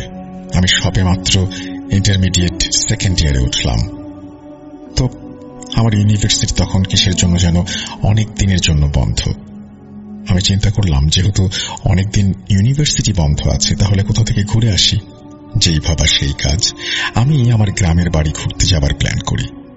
তো আমার গ্রামের বাড়ি ব্রাহ্মণবাড়িয়া, এবং আমার সাথে এই ঘটনাটি ঘটে আমার গ্রামের বাড়িতেই। আমার কিছু ফ্যামিলি মেম্বার সহ আমি গ্রামের বাড়িতে চলে গেলাম ঘুরতে। আমি যখন ইন্টারমিডিয়েট ফার্স্ট ইয়ারে পড়ি, তখন আমাকে একটা ছোট ব্র্যান্ডের মোবাইল কিনে দেওয়া হয়েছিল, কিন্তু আমাকে কোনো সিম দেওয়া হয়েছিল না। তো ভালোভাবেই যাই সবাই গ্রামের বাড়িতে। কিছুদিন পরে আমাকে একটি সিম দেয়া হয় যোগাযোগ করার জন্য। ঘটনাটি ঘটে সিম দেওয়ার 1 সপ্তাহ পর। যেদিন আমার সাথে ঘটনাটি ঘটে, আমি সেদিন রাতেও স্বাভাবিক রাতের মতো গভীর ঘুমে মগ্ন ছিলাম। হঠাৎ আমার ফোনের রিংটোন শুনতে পাই। বুঝলাম কি যেন আমাকে কল দিয়েছে। আমি সেটা দেখার জন্য ফোনের স্ক্রিনটি অন করি এবং দেখি একটি অপরিচিত নাম্বার। তো আমি অপরিচিত নাম্বার দেখে কলটি কেটে দেই এবং মোবাইলের ঘড়িতে দেখি রাত 3টা। আমার সময়টা ঠিক মনে নেই যদিও। পরে আমি কলটি কেটে দেই, চোখ বন্ধ করব ঘুমানোর জন্য। ঠিক ওই সময় আবার কল। আমি আবারও দেখতে যাব কে কল দিয়েছে। পরে দেখি আবারও সেই অপরিচিত নাম্বার। আমি এবারও কলটি কেটে দেই। কলটি কেটে দিয়ে আমি যেই না চোখ বন্ধ করব, দেখি আবারও কল বাজছে। এবার একটু বিরক্ত হই, কল কেটে মোবাইলটা বন্ধ করে দেই। মোবাইলটি বন্ধ করার কিছুক্ষণ পর আশ্চর্যজনকভাবে আবারও রিংটোন বেজে ওঠে। আমি এবার একটু ভয় পেয়ে যাই। গভীর অন্ধকারের রাত, তার উপর গ্রাম, এবং আশেপাশে কোনো শব্দ নেই, শুধু ঝিঝি পোকার ডাক ছাড়া। আর আমি একা একটা রুমে ঘুমিয়েছিলাম। ভয় পেয়ে এবার আমি ফোনের স্ক্রিনের দিকে তাকানোর সাহস পাই না। কিছুক্ষণ পর অটোমেটিক ফোনটা কেটে যায়, আর কল আসে না। আমি একটু ভয়ে ভয়ে আবারও গভীর ঘুমে মগ্ন হয়ে যাই। সকালে উঠি। ঘুম থেকে ওঠার পরে আমি আমার মামাকে পুরো ঘটনাটি বলি, কিন্তু মামা বিশ্বাস করতে চান না। মামা আমাকে বলেন আমি বোধহয় স্বপ্ন দেখেছি। কিন্তু আমি যখন আমার মামাকে সেই অপরিচিত নাম্বারটি দেখাই এবং দেখিয়ে বলি যে এই নাম্বারটি থেকে আমাকে কল দেয়া হয়েছিল, মামা আমার কথাটি বিশ্বাস করেন এবং যেই নাম্বার থেকে আমাকে কল দেয়া হয়েছিল সেই নাম্বারটি মামার ফোনে তোলেন। সেই নাম্বারটিতে মামা কল দেন। কল দেওয়ার কিছুক্ষণ পর কলটি রিসিভ করা হয়। ফোনের ওপাশ থেকে অনেক কান্নার আর্তনাদ ভেসে আসে। কলটা রিসিভ করার 4 থেকে 5 সেকেন্ড পর গম্ভীর এবং ভয়ানক কণ্ঠে ভারী গলায় কেউ একজন বলে, হ্যালো, কে বলছেন? পরে মামা বলতে শুরু করলেন যে এই নাম্বার থেকে গতকাল রাতে আমার ভাগ্নির মোবাইলে কল দেয়া হয়েছিল। তারপর ফোনের ওই পাশ থেকে আবারও সেই একই কণ্ঠ বলছে, আপনাদেরকে যে নাম্বার থেকে কল দেয়া হয়েছিল এবং এটি যার নাম্বার, সেই নাম্বারের মালিক অর্থাৎ ফোনের মালিক গতকাল রাত 3টা নাগাদ আত্মহত্যা করেন এবং সেই ব্যক্তির লাশ এখন আমাদের সামনেই আছে। এই কথা শুনে আমি অনেক ভয় পেয়ে যাই। পরে আমার মামা বলল, আপনাদের সাথে পরে কথা বলবো, কেননা একটা মৃত বাড়িতে এই কল নিয়ে এখন আলোচনার সময় না। তারপর ফোনের ওই পাশ থেকে আবারও গম্ভীর কণ্ঠ বলে ওঠে, যা বলবেন বলেন, সমস্যা নেই। পরে মামা বললেন যে এই ছেলেটির নাম কি? ফোনের ওই পাশ থেকে বলল, হৃদয়। আপনাদেরকে যে নাম্বারে কল দেয়া হয়েছিল সেই নাম্বারটি বলেন। পরে মামা আমার নাম্বারটি বলেন। পরে 10 সেকেন্ড পর ফোনের ওই পাশ থেকে একই কণ্ঠ আবারও বলে ওঠে, এই নাম্বার থেকে গতকাল যেই ছেলে কল দিয়েছিল সেই ছেলে আত্মহত্যা করার কিছুক্ষণ আগে ফোন দিয়েছিল এবং এটি তার ফোনের লাস্ট কল ছিল। তখন মামা বলে উঠলেন, এই নাম্বারটা তো তার পাওয়ার কথা নয়। আমাদেরকে গতকাল রাতে কল দিয়েছিল, কেননা এই সিমটি তোলা হয়েছে 1 সপ্তাহ আগে। পরে ফোনের ওই পাশ থেকে বলে উঠল কণ্ঠটি, দেখেন এই নাম্বারটা কোথা থেকে সে পেয়েছে সেটা তো আর বলতে পারবো না, কিন্তু লাস্ট কলটা এই নাম্বারেই দিয়েছিল। এই কথা শুনে আমি অনেক ভয় পেয়ে যাই। তারপর ওই পাশ থেকে ফোন কেটে যায়। এর কিছুক্ষণ পর আশ্চর্যজনকভাবে আমার শরীরটা খারাপ হতে শুরু করে এবং আমার অনেক জ্বর আসে। পরে মামা কোথা থেকে যেন একজন কবিরাজ নিয়ে আসেন। কবিরাজ এসে আমাকে পানি পড়া খেতে দেন। আমি সেটা খাই এবং একটা তাবিজ দেওয়া হয় আমাকে। তাবিজটি দিয়ে বলে 1 সপ্তাহ আমার এই তাবিজটি পরে থাকতে হবে। আশ্চর্যজনকভাবে আমি ঠিক 1 সপ্তাহ পরে সুস্থ হয়ে যাই। কিন্তু কবিরাজ আমাকে এটা বলেননি যে কেনই সে এত রাতে আমাকে ফোন দিয়েছিল আর কেন আমি অসুস্থ হয়ে গেলাম। এটা এখনো আমার অজানা। ঠিক আমার সাথে কি ঘটেছিল। আমার নানি একজন পরহেজগার মানুষ। তাহাজ্জুদের নামাজ পড়ার জন্য সেদিনও তিনি ঘুম থেকে ওঠেন ওযু করার জন্য। এটা একটা কথা বলে রাখি, আমাদের বাসা থেকে বেশ কিছুটা দূরে ছিল আমাদের কলপাড় এবং কলপাড়ের পেছনে ধান চাষের জমি। তো কিছুটা দূরে ছিল আমাদের কলপাড়। আমার নানি কলপাড়ে যাওয়ার সময় কিছুটা দূর থেকে দেখতে পায় যে কি যেন দাঁড়িয়ে আছে অন্ধকারে, ঠিক বোঝা যাচ্ছে না, একটা অবয়বের মতো। তো নানি ওই কালো অবয়বটা দেখে থমকে দাঁড়িয়ে যান। তিনি ভাবতে থাকেন কি হতে পারে। নানিকে উঁচু করার জন্য ওই অবয়বটাকে অতিক্রম করতে হবে। আল্লাহর নাম নিয়ে তিনি সেই অবয়বটির খুব কাছে গিয়ে বুঝতে পারেন এটি আমার মামি দাঁড়িয়ে আছে। নানি ভয় না পেয়ে অবয়বটির কাছে যান। একটু কাছে যাবার পর অবয়বটি সোজা হাঁটা দিতে শুরু করে। আমার নানি সেই অবয়বটিকে অনুসরণ করেন, ডাকেন, অবয়বটির পিছু পিছু হাঁটতে শুরু করেন। এভাবে হাঁটতে হাঁটতে একসময় নানি কলপাড় থেকে এসে পড়েন বেশ কিছুটা দূরে। ভয় পেয়ে ডাকা বন্ধ করে দেন। তিনি দেখতে থাকেন সেই অবয়বটি কোথায় যাচ্ছে। আমার নানি দেখতে পান সেই কালো অবয়বটি ধান চাষের জমির আইল ধরে হাঁটতে থাকে এবং অন্ধকারে মিলিয়ে যায়। আমার নানি তার ওযু শেষ করে বাসায় চলে আসেন এবং বাসায় এসে নামাজ পড়ে শুয়ে পড়েন এবং নিজের খরচ চালানোর পাশাপাশি পরিবারকে সাপোর্ট করার জন্য মূলত আমি চাকরিতে ঢুকি। তো একদিন এরকম হয়, সেদিনটি আমার মনে আছে, সেদিনটি ছিল বৃহস্পতিবার। আমি আমার কাজ শেষ করে একটা অটোতে করে বাসায় ফিরি। তো আমি একটা ফ্ল্যাটে থাকতাম। সেই ফ্ল্যাটটা আমার এক বান্ধবীর ছিল। ওরা এখানে থাকতো না, ওরা বিদেশে থাকতো জন্য। আমার যেহেতু পারিবারিক অবস্থা ভালো না, সেই জন্য আমাকে ওদের ফ্ল্যাটে ওরা থাকতে দেয় আর কি। আমি সেই ফ্ল্যাটে থাকতাম এবং সেই ফ্ল্যাটের রক্ষণাবেক্ষণ করতাম। মূলত আমি ওই ফ্ল্যাটে আমি একাই থাকতাম। তো আমি ওই ফ্ল্যাটে থাকি প্রায় 3-4 বছরের মতো হয়ে গিয়েছে। তো ওই ফ্ল্যাটের আশেপাশে যারা থাকে আমার প্রতিবেশী যারা ছিল, পাশাপাশি বা উপরে নিচতলায় যারা ছিল, তাদের সাথে আমার খুব ভালো একটা সম্পর্ক ছিল। বিশেষ করে নিচতলার এক আঙ্কেল ছিলেন, আজাহার আঙ্কেল, ওনার সাথে আমার খুব ভালো সম্পর্ক ছিল। তারপর 4th ফ্লোরের এক আন্টি ছিলেন, আমিন আন্টি, তো ওনার সাথেও আমার খুব ভালো একটা সম্পর্ক ছিল। তা আমি ওনাদের পরিচয় দিলাম এই জন্য, কারণ এই ঘটনায় ওনাদের পরিচয় জানাটা খুব জরুরি। তো একদিন হয় কি, আমার ফিরতে ফিরতে মোটামুটি রাতের 11টা বেজে যায়। আমার শিফটিং ছিল সকাল 7টা থেকে। তখন আসলে এরকম শিফটিং এর কোনো ব্যাপার ছিল না, তখন আমাদের যেতে হতো, কাজ করতাম। এরকম ছিল যে আমি চাইলে আমার কাজ বাড়াতে পারবো, ওভারটাইম করতে পারবো, যেন আমি এক্সট্রা টাকা ইনকাম করতে পারি। তো সেদিন আমার ফিরতে ফিরতে 11টার মতো বেজে যায় রাতের। আর সেদিন আমার কিছু বাজার সদাইও করা লাগে। আমি 12 ঘন্টা শিফট শেষ করি, 7টার দিকে বের হই আমার বাজার সদাই। আর তখন আমার কিছুটা অসুস্থতাও ছিল, যে এই জন্য ডাক্তারের কাছে গিয়েছিলাম। তো সেগুলো শেষ করে আসতে আসতে আমার মোটামুটি 11টা বেজে যায়। তো বাসায় ফিরে ট্যাক্সি থেকে নেমে আমি লিফটের উদ্দেশ্যে যাই। তখন লিফটে বেশ কয়েকবার আমার ফ্লোর ছিল 6th ফ্লোর। আমি 6th ফ্লোরে বারবার প্রেস করতে থাকি, বাট লিফট নিচে আসে না। লিফটের লাইট থেকে জ্বলছে কিন্তু লিফটটা নিচে আসছে না। দেখছি যে লিফট 3rd ফ্লোরে গিয়ে আটকে আছে, তো 3rd ফ্লোরে আটকে আছে। তো প্রায় 5-6 মিনিট এভাবে ওয়েট করার পর আমি বেশ বিরক্ত হয়ে যাই। কেয়ারটেকার যে ছিল তাকেও খুঁজে পাচ্ছি না।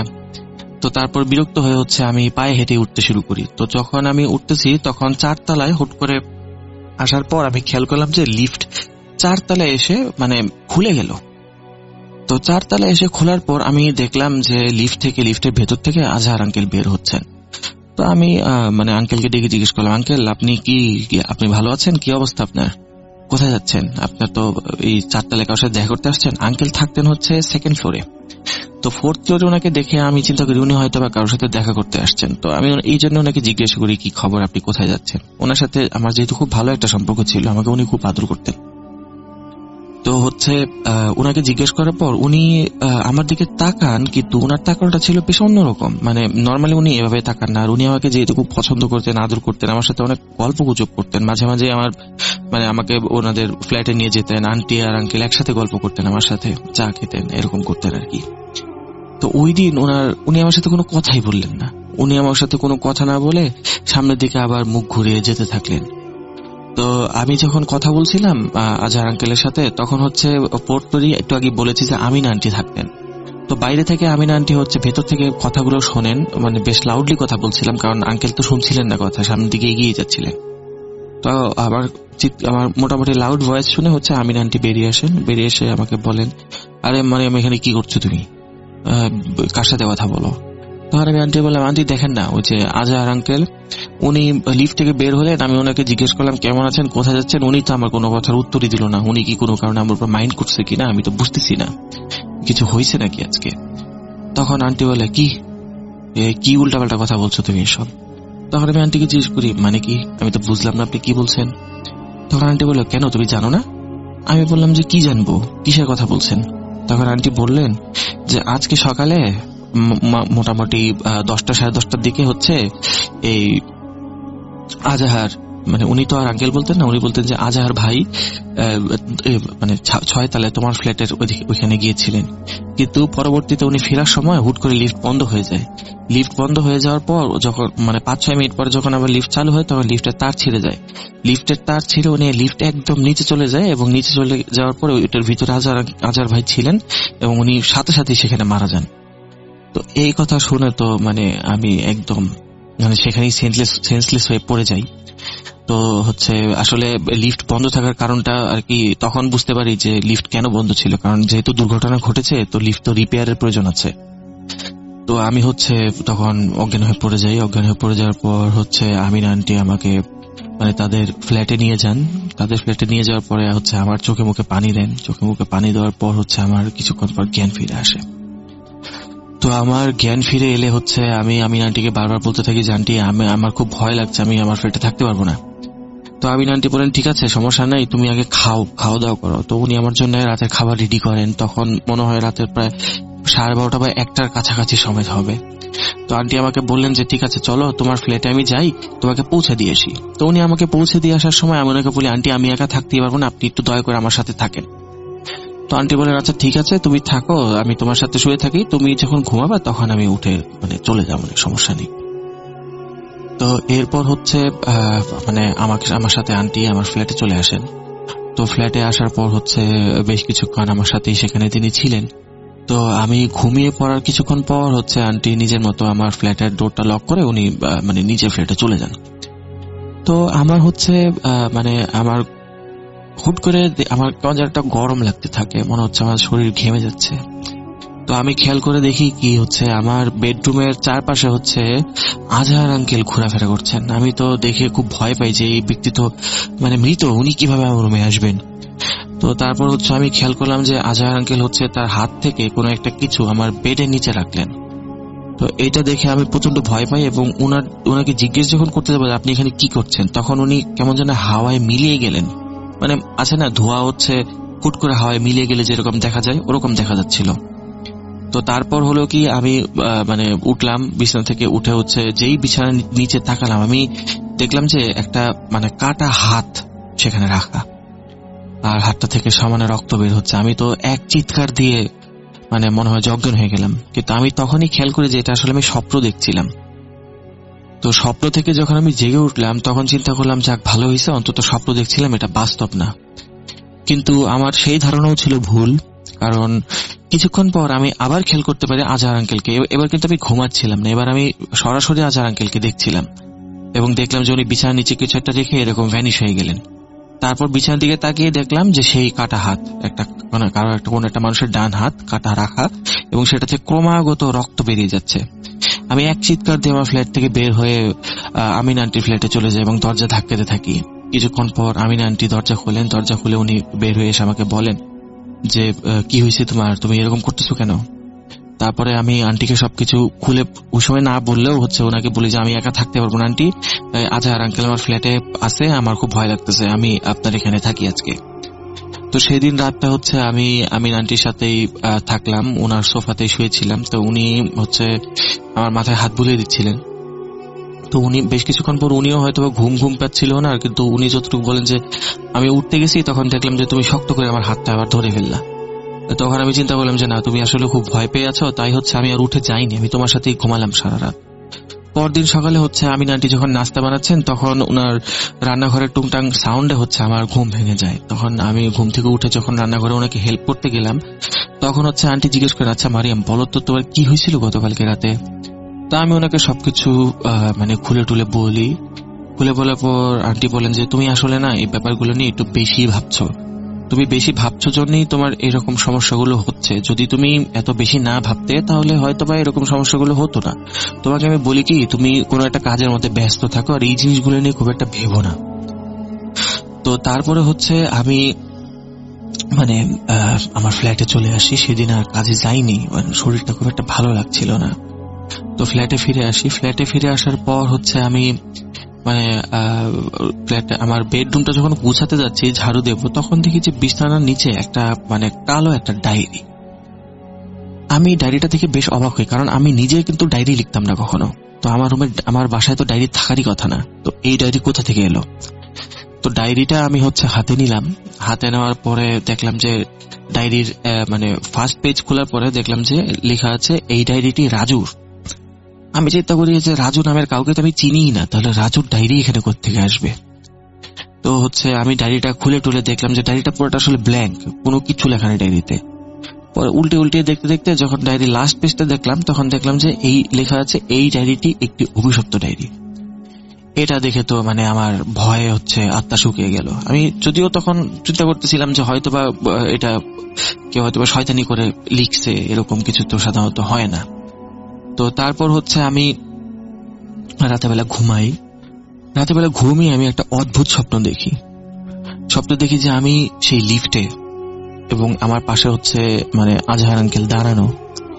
আঙ্কেল আমাকে বলছেন, আমি তখন বুঝিনি আসলে আমার পাশে কে দাঁড়ানো। আমি একটা অবয়ব দেখতে পাই যে আমার পাশে দাঁড়ানো। উনি আমাকে বলছে, তুমি কি চাও যে হচ্ছে আজহার তোমাকে ডিস্টার্ব না করুক? আমি তখন বলি যে আপনি কিভাবে জানলেন যে আজহার আঙ্কেল আমাকে ডিস্টার্ব করে? উনি তো মারা গেছেন, উনি কিভাবে ডিস্টার্ব করবেন আমাকে? তখন উনি বলেন যে তোমার কি মনে হয় এই পৃথিবীতে মানুষই আছে শুধু, আর কেউ নাই? তখন আমি বলি যে আপনি কে, আপনি আমাকে কেন এই কথা বলছেন? তারপর সেই লোকটা আমার দিকে ঘুরে তাকায়। তখন আমি খেয়াল করি যে এটা আজহার আঙ্কেলই। ওনার হচ্ছে মাথা একদম ফাটা, রক্তে ওনার পুরো মুখ হাত পা একদম ভরা, এবং অবাক করার ব্যাপার হচ্ছে ওনার ডান হাতটা মিসিং। তো আমি তখন বুঝতে পারি যে স্বপ্নে এই জন্য হয়তো আমি তার ডান হাতটা দেখি। তো তখন উনি আমাকে বলেন যে তুমি যদি চাও আজহার তোমাকে ছেড়ে দিক, তোমার পিছনে আর না ঘুরুক, তাহলে তোমাকে আমার কথা অনুযায়ী চলতে হবে। আর যদি তুমি আমার কথা অনুযায়ী না চলো, তাহলে আজহার তোমার পিছু কখনো ছাড়বে না, আমি ছাড়তে দেব না। তো তখন হচ্ছে আমি বলি যে না, আপনি যা বলবেন আমি তাই করব, কিন্তু প্লিজ আমার পেছন থেকে একে সরিয়ে নিন, আমি আর এভাবে বাঁচতে পারবো না। জিনিসগুলো আমার প্রতি এতটা ইফেক্ট করছিল যে আপনার বুঝতেই পারছেন যে আপনি একটা মৃত মানুষকে যখন বারবার আপনার রুমের মধ্যে দেখবেন, বারবার তাকে ফিল করবেন যে না সে আপনার আশেপাশে আছে, আপনাকে কিছু বলতে চাচ্ছে বা আপনার সাথে কিছু একটা করতে চাচ্ছে, আপনার চারপাশে সে ঘুরঘুর করছে, আপনাকে ভয় দেখানোর জন্য বিভিন্ন জিনিসপত্র আপনার আশেপাশে রেখে যাচ্ছে, আপনাদের কেমন লাগবে? আপনারা রাতে ঘুমাতে পারবেন? অবশ্যই পারবেন না, আমি তো পারিনি। তাই হচ্ছে এই সমস্যা থেকে মুক্তি বা পরিত্রাণ পাওয়ার জন্য আমি ওই ব্যক্তিকে ওই আজহার আঙ্কেল যাকে দেখছিলাম স্বপ্নে, তাকে বলছিলাম যে না আমি সবকিছু করতে রাজি, আপনি বলেন কি করতে হবে। তো উনি তখন বলেন যে তোমার কাছে একটা ডায়েরি আছে না, ওই ডায়েরির 13 নম্বর পেজ খুলবে, ওই ডায়েরির 13 নম্বর পেজে একটা জিনিস লিখা আছে, ওখানে যেটা লিখা সে অনুযায়ী কাজ করবে। তো আমি হচ্ছে 13 নম্বর ঘুম থেকে জেগে উঠি। তখনই ঘুম থেকে জেগে উঠে দেখি ডায়েরির দিকে তাকাই, দেখি যে ডায়েরিটা খোলা এবং 13 নম্বর পেজই খোলা। এটা দেখে আমি সব থেকে বেশি অবাক হই যে স্বপ্নের মধ্যে দেখলাম 13 নম্বর পেজ আর 13 নম্বর পেজই খোলা। কিন্তু সব থেকে অবাক করার ব্যাপার, আমি যখন ডায়েরিটা হাতে নিয়েছিলাম প্রথমবারের মতো, তখন কিন্তু ডায়েরিটা ব্ল্যাঙ্ক ছিল, ডায়েরিতে কোথাও কিছু লেখা ছিল না, এমনকি পেজ নাম্বার পর্যন্ত লেখা ছিল না। কিন্তু এখন পেজ নাম্বার লেখা এবং 13 নম্বর পেজ থেকে ভর্তি করে লেখা। ওইখানে লেখা যে তুমি যদি এই সমস্যা থেকে সমাধান পেতে চাও তাহলে তোমাকে আজহারের ছেলেবেলায় যেতে হবে। আমি ডায়েরিটা খুব আগ্রহ নিয়ে পড়তে শুরু করি যে তুমি এখন যে আজহারকে দেখছো সেই আজহার কিন্তু এরকম কখনো ছিল না। সে বেশ বদমেজাজি ছিল, নিজের কাজ নিজের মধ্যেই মশগুল থাকতো এবং কারোর সাথে তেমন একটা কথা বলতো না, কিন্তু কেউ যদি তার সাথে উল্টাপাল্টা কিছু করতো তাহলে সে প্রতিশোধ নিত। এরকমই একদিন আজহার একটা পুকুরের পাশে একটা বড় কুয়া ছিল, সেই কুয়ার পাশে বসেছিল, বসে বসে মুখের মধ্যে আখ গোজা ছিল, আখ খাচ্ছিল। তো এমন সময় তার এক ক্লাসমেট হাসান সেখান দিয়ে যাচ্ছিল, যাওয়ার সময় তাকে টিটকারি দেয় যে কিরে কি করছিস, বাস নিচ্ছিস নাকি মুখে, এগুলো বলে টিটকারি দেয়। এগুলো টিটকারি আজহার সহ্য করতে পারে না, তাই দুজনের মধ্যে কথার যুদ্ধ চলতে থাকে। সেই কথার যুদ্ধ কখন যে হাতাহাতিতে পরিণত হয় কেউই বুঝতে পারেনি। ভুলবশত আজহার ধাক্কা দেয় হাসানকে, হাসান কুয়াতে পড়ে যায়। কুয়াতে পড়ে সে চিৎকার করতে থাকে বাঁচাও বাঁচাও করে, কিন্তু আজহার কুয়ার মুখে একটি ঢাকনা দিয়ে কুয়াটি বন্ধ করে দেয়। সে চাইলে কিন্তু পারত হাসানকে বাঁচাতে, কিন্তু সে হাসানকে বাঁচায়নি। এখন তোমার কাজ সেই কুয়োর ভিতরে হাসানের মরদেহ পড়ে আছে এখনো অনেক বছর যাবৎ। তার বাবা মা এখনো তাকে খুঁজে পায়নি, কিন্তু সবচেয়ে সমস্যার ব্যাপার তার কোনো জানাজাও হয়নি। তুমি যে কোনো একজন হুজুরকে নিয়ে সেই কুয়ার কাছে গিয়ে হাসানের জানাজা পড়ে আসবে, তাহলেই সব ঠিক হয়ে যাবে।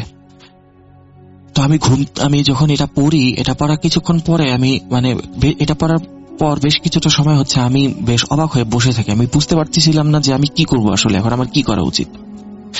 তো তারপর আমি আমার বাবা মার সাথে যোগাযোগ করে বাবা মাকে সবকিছু বলতে যাবো, কিন্তু পরবর্তী চিন্তা করলাম না, বাবা মাকে এটা বললে বাবা মা অনেক টেনশন করবে, তারা তো আর কি করবে।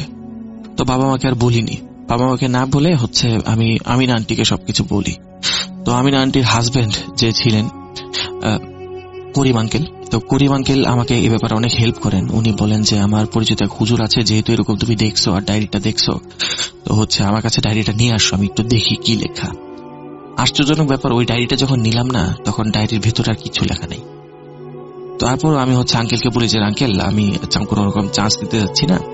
তো তখন করিম আঙ্কেল বলে যে ঠিক আছে, সমস্যা নেই, আমার কাছে একজন হুজুর আছে, আমি তার সাথে একটু যোগাযোগ করি, কথাবার্তা বলি, তারপরে আমার গাড়ি দিয়ে না হয় তোমাকে ওইখানে ওই জায়গাতে নিয়ে যাব।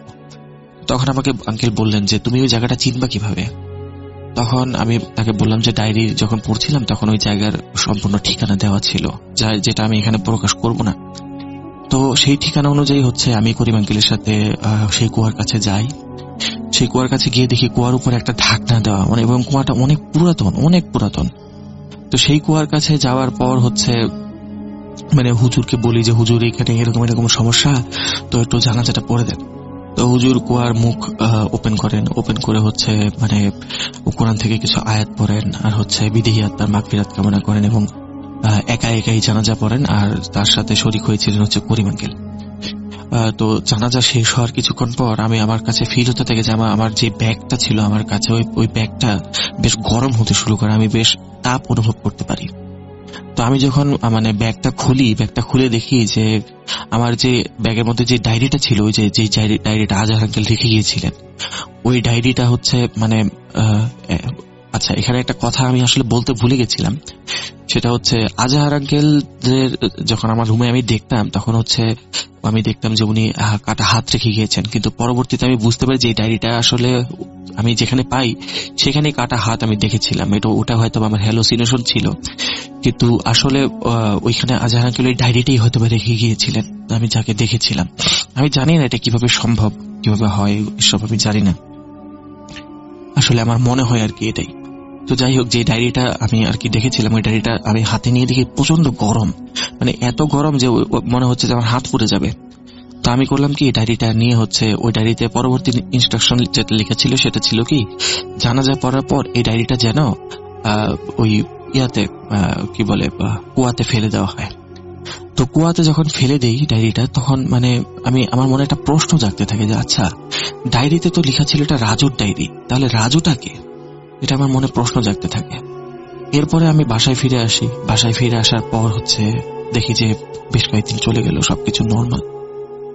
তো একদিন আবার ঘুমিয়ে থাকার পর স্বপ্নে দেখি যে আজহার আঙ্কেল আবার আমার স্বপ্নে আসেন, একই লিফটে আজ হচ্ছে ওনার শরীরে কোনো ক্ষত নেই, হাত পা ঠিকঠাক মতোই আছে। উনি আমাকে বলছেন যে জানি তোমার মনে একটা প্রশ্ন আছে, রাজুকে। আসলে কি জানো, রাজু হচ্ছে আমি। আমার নামই রাজু, আমার নাম হচ্ছে মোহাম্মদ আজহার ইকবাল রাজু। আমার নামই রাজু, যে নামটা কেউ সাধারণত জানতো না।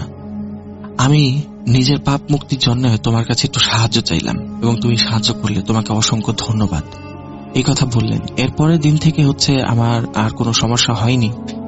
এখন আসলে আমি জানি না যে এই ঘটনা কে কিভাবে নেবে, কারণ হচ্ছে আমাদের ধর্ম অনুযায়ী তো আমরা আসলে আত্মাকে দেখতে পাই না।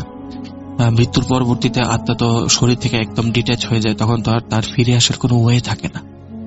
আমরা নর্মালি জানি যে আমরা কারিন জিনের জন্য হয়তোবা এরকম জিনিসপত্র ঘটে থাকে। এখন আমি বলতে পারবো না আসলে যে বেড়ে গেছে, এত রাত্রেও বাইরে যায় কি করতেছে, আমি একটু দেখি।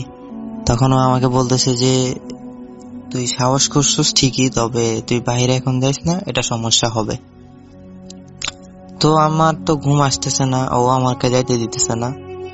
তো একটা পর্যায়ে দেখা যাচ্ছে যে আপনার ও অনেকক্ষণ হয়ে গেছে, ও আসতেছে না। তারপর যখন আপনার ফজর আজান দিছে, ফজর আজান দেওয়ার পরে সবাই মসজিদে গেছি নামাজের জন্য। নামাজ পড়া শেষ।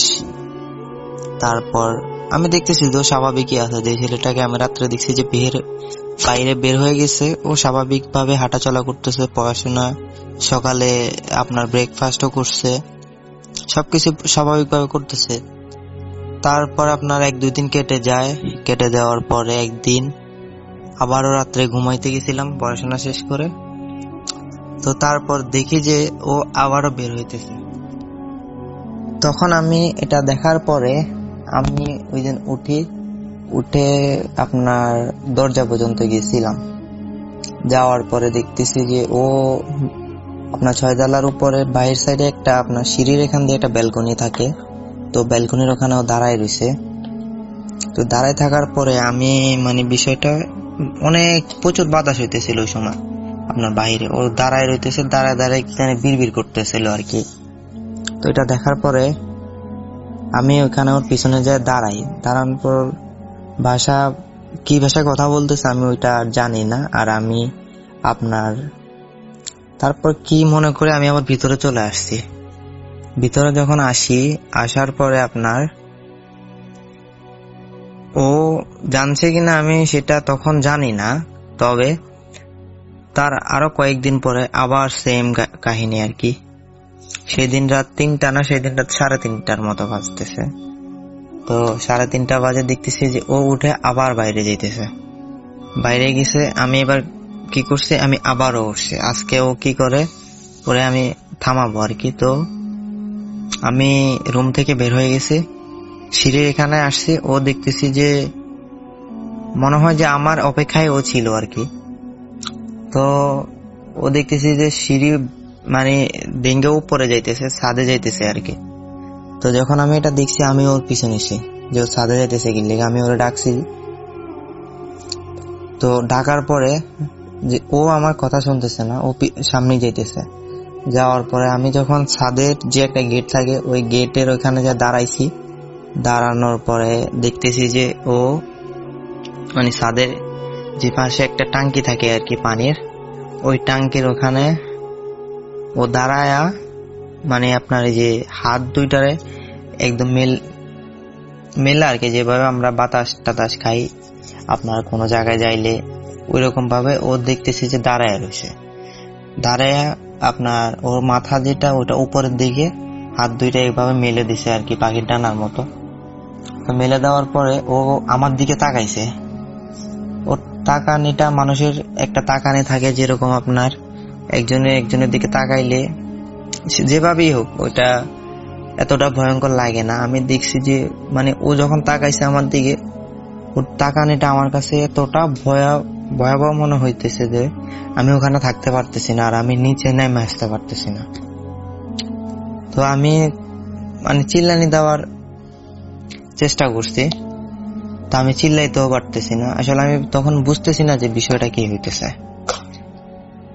তো যখন এরকম হইতেছিল আপনার তার কতক্ষণ আমি এখানে ছিলাম জানি না, তবে আজান দিছে, আমি ওটা শুনছি। তো যখন আজানটা দিছে, দেওয়ার পরে স্বাভাবিক সবকিছু হয়েছে, হওয়ার পরে আমি উপর থেকে নিচে চলে আসছি। নিচে আইসা দেখতেছি তো সবকিছু স্বাভাবিকই আছে, আর কাউরে কিছু বলি নাই। তো এই ঘটনাটা আপনার আমাদের মাদ্রাসার যিনি মানে প্রিন্সিপাল, উনি জানছে। জানার পরে ও হুজুর আমাকে নামাজের পরে বলতেছে যে উসমান, আমার মাদ্রাসার নাম ছিল উসমান, আমাকে বলছে যে উসমান তুমি একটু থাকো আর সবাই চলে যাও।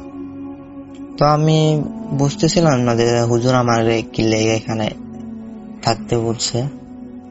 তো যখন আমি ওখানে, হুজুর আমাকে একাকিত্ব ভাবে কিছু বলছে যে তুমি যে প্রথম একবার সাহস করছো সারছে, দ্বিতীয়বার তুমি ওর পিছনে যা দাঁড়াইছো, তাও তুমি কি জানো ওকে, আর তৃতীয় দিন তুমি একবারে ওর ছাদে গেছে, ছাদে তুমি ওর পিছে পিছে গেছো।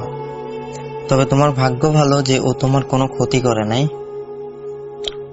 মাদ্রাসার ছাত্র হিসাবে ও তোমার কোনো ক্ষতি করে নাই, আর নেক্সট টাইমে তুমি এরকম কিছু করবা না। তো আমি হুজুরের কাছে মাপ টাপ চায়া ওই ভাইয়ের কাছে ও মাপ চাইছি, এটা কিন্তু কেউ জানে না। তখন আমি, হুজুর আর আপনার ওই ছেলেটা কিন্তু একটা মানুষ না, তবে ও একটা জিন। তো তারপরে আপনার অনেক দিন কেটে যায়। তখন আমরা সবাই আপনার মাদ্রাসার ছুটিতে আমরা বাড়িতে চলে আসি কোরবানির ঈদের।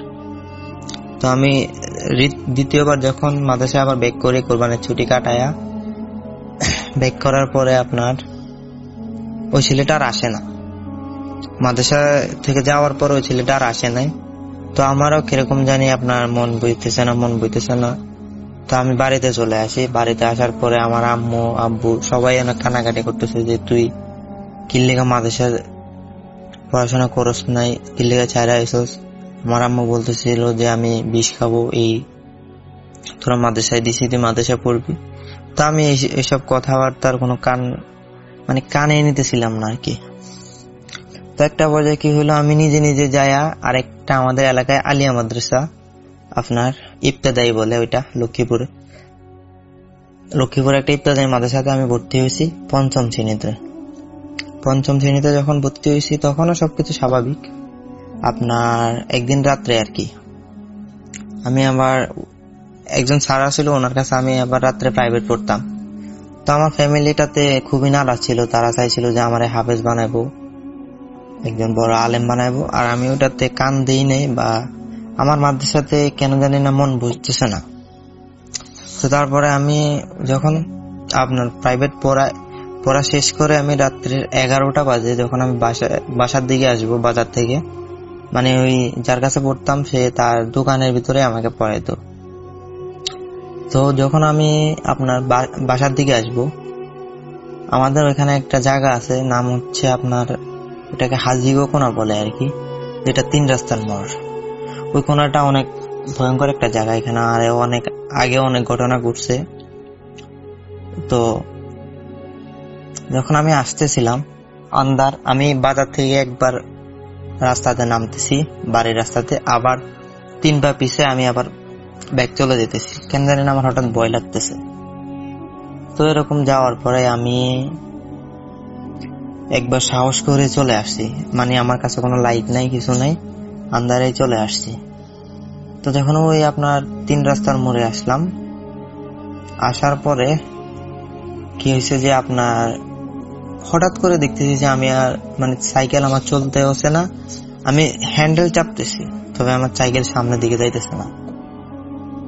তো এই বিষয়টা যখন হওয়ার পরে আমার তো মাথার ব্রেনে কোনো কাজ করতেছে না যে এটা কি হইতেছে আমার সাথে। তখন আমি আচমকা দেখতেছি যে একটা বিদ্যুৎ চমকানোর সাথে ওইখানে আবার একটা তাল গাছ ছিল, আপনার কবরস্থানের তাল গাছের পিছনে আবার কবরস্থান ছিল আর কি ওইখানে। তো আমি দেখতেছি যে তাল গাছের গোড়ায় আপনার কোন একজন বসে আছে, এরকম ভাবে বসে আছে যেরকম মানুষ আপনার মাথাটার নিচের দিকে দিয়ে ও বসে আছে।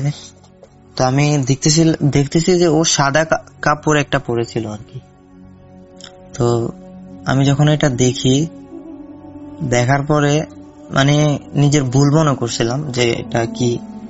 তারপর আবার বিদ্যুৎ যখন চমকা দিছে তখন দেখতেছি যে ওই অবয়বটা এখন উঠে দাঁড়াইছে, রাস্তায়ও কেউ নাই, উঠে দাঁড়াইছে আমার দিকে, এরকম ভাবে তাকাইতেছে যে আমাকে এখনই সে খেয়ে ফেলবে আর কি, এরকম একটা অবস্থা।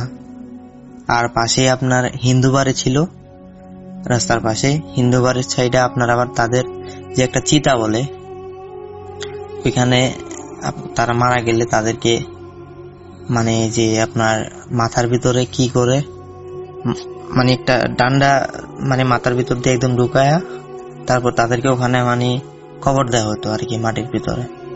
তো ওইটাও সাথে ছিল। তো সবকিছু মিলে অনেক ভয় পাইলাম। ভয় পাওয়ার পরে আমি আল্লাহ গো আর মা গো বলে এরকম একটা দৌড় মারি।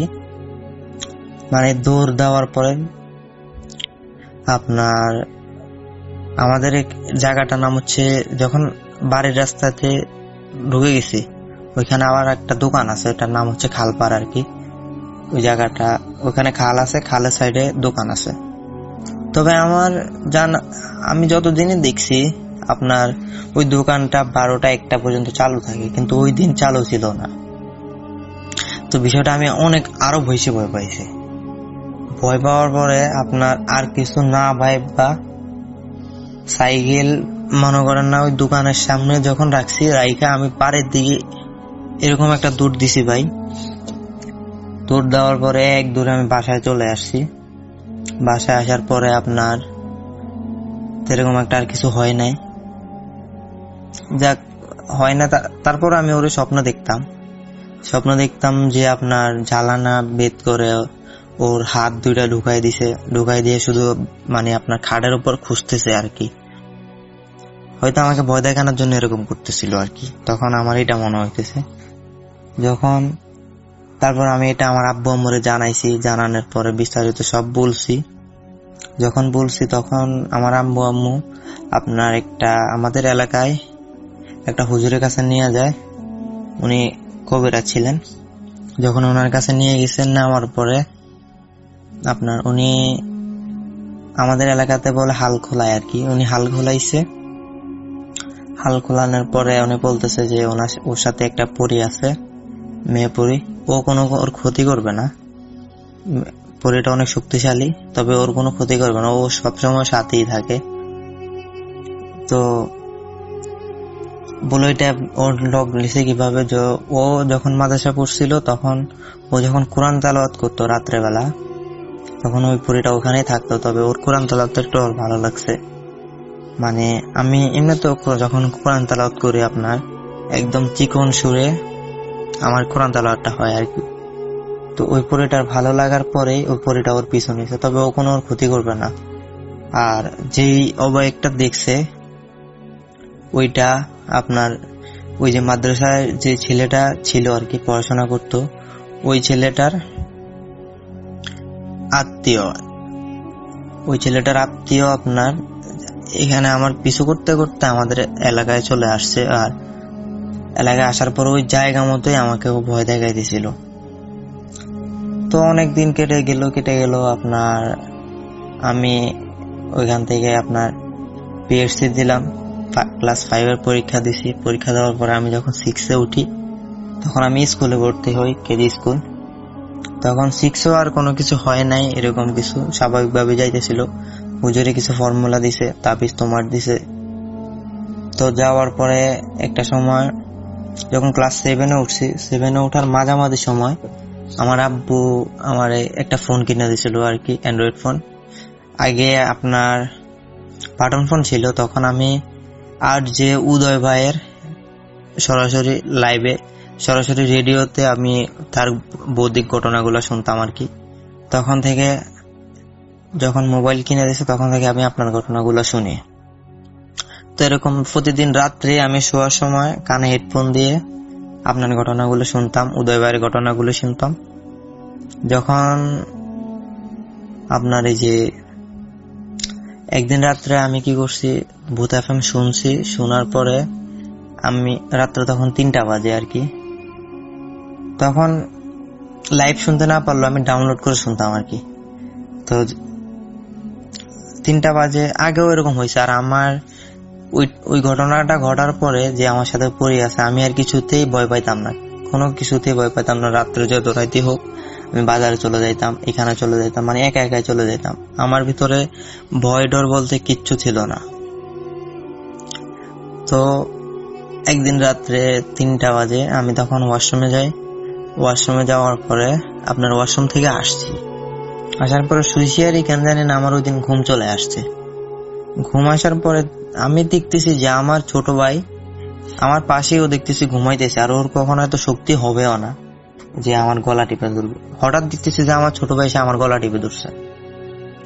গলা টিপে ধরার পরে আমার কাছে এরকম মনে হয়েছে যে মানে কোনো এত শক্তি ওর শরীরে কি কই থেকে আসতে পারে আমি নিজেও জানি না। নর্মালি আপনার ওর গায়ে এত শক্তি থাকার কথা না, তখন ওর বয়স ছিল প্রায় 12 বছরের মতো। তখন আমি মানে জোর জবরদস্তি অনেক হয়েছে যে আমি নিজেকে বাঁচানোর জন্য অনেক চেষ্টা করতেছি। ও আমার হাতে, তারপর আমার বুকে, গলায় সব জায়গায় খামচে দিয়ে দিছে। অন্য গলায় এতটা বড় ছিল আর কি, একটা বিভৎস হাসি দিছে আর কি, যেটা অনেক ভয়ঙ্কর একটা হাসি। যখন আমি অনেক জোরে চিল্লাইতে চাইতেছি আর কি, আমি চিল্লাইতে পারতেছি না। তো হঠাৎ করে আমার মাথায় আসলো যে আয়াতুল কুরসি পড়তে হবে। তখন আমি আয়াতুল কুরসিটা পড়ার দূরছি আর ও আমাকে ছেড়ে দিছে। ছেড়ে দেওয়ার পরে আমার মুখ দিয়ে মানে চিৎকারটা বের হয়ে গেছে। আমি অনেক জোরে একটা চিল্লানি দিছি। চিল্লানি দেওয়ার পরে আমার আব্বু ঘুমাইতেছিল, ঘুম থেকে ও উঠে চলে আসছে যে কি হয়েছে। তারপরে আপনার আইসা দেখতেছি যে এই কাহিনী। আমার বুকে কিন্তু তখনও আপনার আঁচড়ের দাগ ছিল, সবকিছু গলাতে। আমি তখন দেখতেছিলাম যে মানে একটা অদ্ভুত ঘটনা, যেটা হচ্ছে আমার ছোট ভাই যখন সবাই আসছে তখনও মানে এত ঘুম, আমার এত কিছু যে হয়ে যেতেছে, চিল্লানি দিতেছে, ও কিন্তু সজাগ হইতেছে না, ও ঘুমিয়ে আছে। সকালে যখন ও উঠছে, উঠার পরে ওরে বলতেছিল যে তুই কালকে রাত্রে ওরে কি লেগা মানে গলা টিপে ধরছিলি। ও বলতেছে আমি কিলে গলা টিপে ধরবো, আমি তো জানি না। তখন ওরে অনেক বলছে, ও তো কোনোভাবে শিখা যাইতেছে না যে ও আমার গলা টিপে ধরছে। তো তখন যাই হলো, আরো একদিন রাত্রে আমি এরকম ভূত এফএম শুনছি। শোনার পর আপনার ওয়াশরুমে গেছে। ওয়াশরুমে যখন গেছি, যাওয়ার পরে আমি বেরোইছি। বেরোয়ার পরে আমার প্যান্টের যে বেলটা ছিল, বেলটা আমি বাইরে আইসা মানে লাগাইছি আর কি। আর আপনি একটা জিনিস খেয়াল করবেন যে গ্রাম অঞ্চলের ওয়াশরুম গুলো একটু দূরেই থাকে। তো যখন সবকিছু কাজটা সাইরা, আমার হাতে কিন্তু বদনা ছিল আর কি, তো কাজটা সাইরা আমি বেলটা লাগায়া বদনাটা নিচ থেকে নিয়ে আমি এখন সামনের দিকে হাঁটা দিব ঘরের দিকে। তো যখন আমি ঘরের দিকে আসবো তখন দেখতেছি যে আমি সামনে যাইতে পারতেছি না, আর আমাকে একজন ধরে রাখছে। ভাই বিশ্বাস করবেন না, তার গায়ে থেকে এতটা দুর্গন্ধ আর তার গায়ের ভিতরে এত পশম কোত্থেকে আসছে আর কিভাবে আসছে ভাই আমি নিজেও জানি না। তো তারপর কি হয়েছে আপনার, আমি যত জোরে চিল্লাইতেছি আর যাই করতেছি ওটা ছাড়াই দিয়ে পারতেছি না। আপনার যত সুরাত কারাত আছে, হঠাৎ করে দেখতেছি যে আমার শরীরের ভিতরে আতঙ্ক একটা শক্তি চলে আসছে। শক্তিটার কারণে আমি এইভাবে আপনার ওর পাশ ফিরে, ও প্রথম আমাকে উল্টা দিক থেকে জড়ায় ধরছিল, মানে জড়ায় ধরে ওয়াশরুমের ভিতরে নিয়ে যেতে চাইছিল। যখন আমি জানি না হঠাৎ আমার শরীরে এতটা শক্তি থেকে আসছে। আসার পরে আপনার আমি ওর দিকে ফিরে এক লাথি মারছি ভাই, বিশেষ করতে না। আমি তখন দেখতেছি যে আমাদের ওয়াশরুমটা আপনার টিনের ছিল। তো ওই ওয়াশরুম ভাঙ্গা ও লাগিয়েছেন আপনার প্রায় 10 থেকে 12 মিটার দূরে যে ছিটকে পড়ছে আর কি। আর সাধারণত আমার লাথি খেয়ে এত দূর যাওয়াটাও সম্ভব না। ও দেখলাম উড়ে চলে গেছে, আর এত শক্তি কোত্থেকে আসছে ভাই আমি নিজেও জানি না। যখন এটা হয়েছে তখন আমি এক দৌড়ে ঘরে চলে আসছি। ঘরে আইসা দরজা বন্ধ করে দেখতেছি যে তখন মোবাইলে আপনার রাত্রে 3টা 20 বা 25 এরকম হবে আর কি।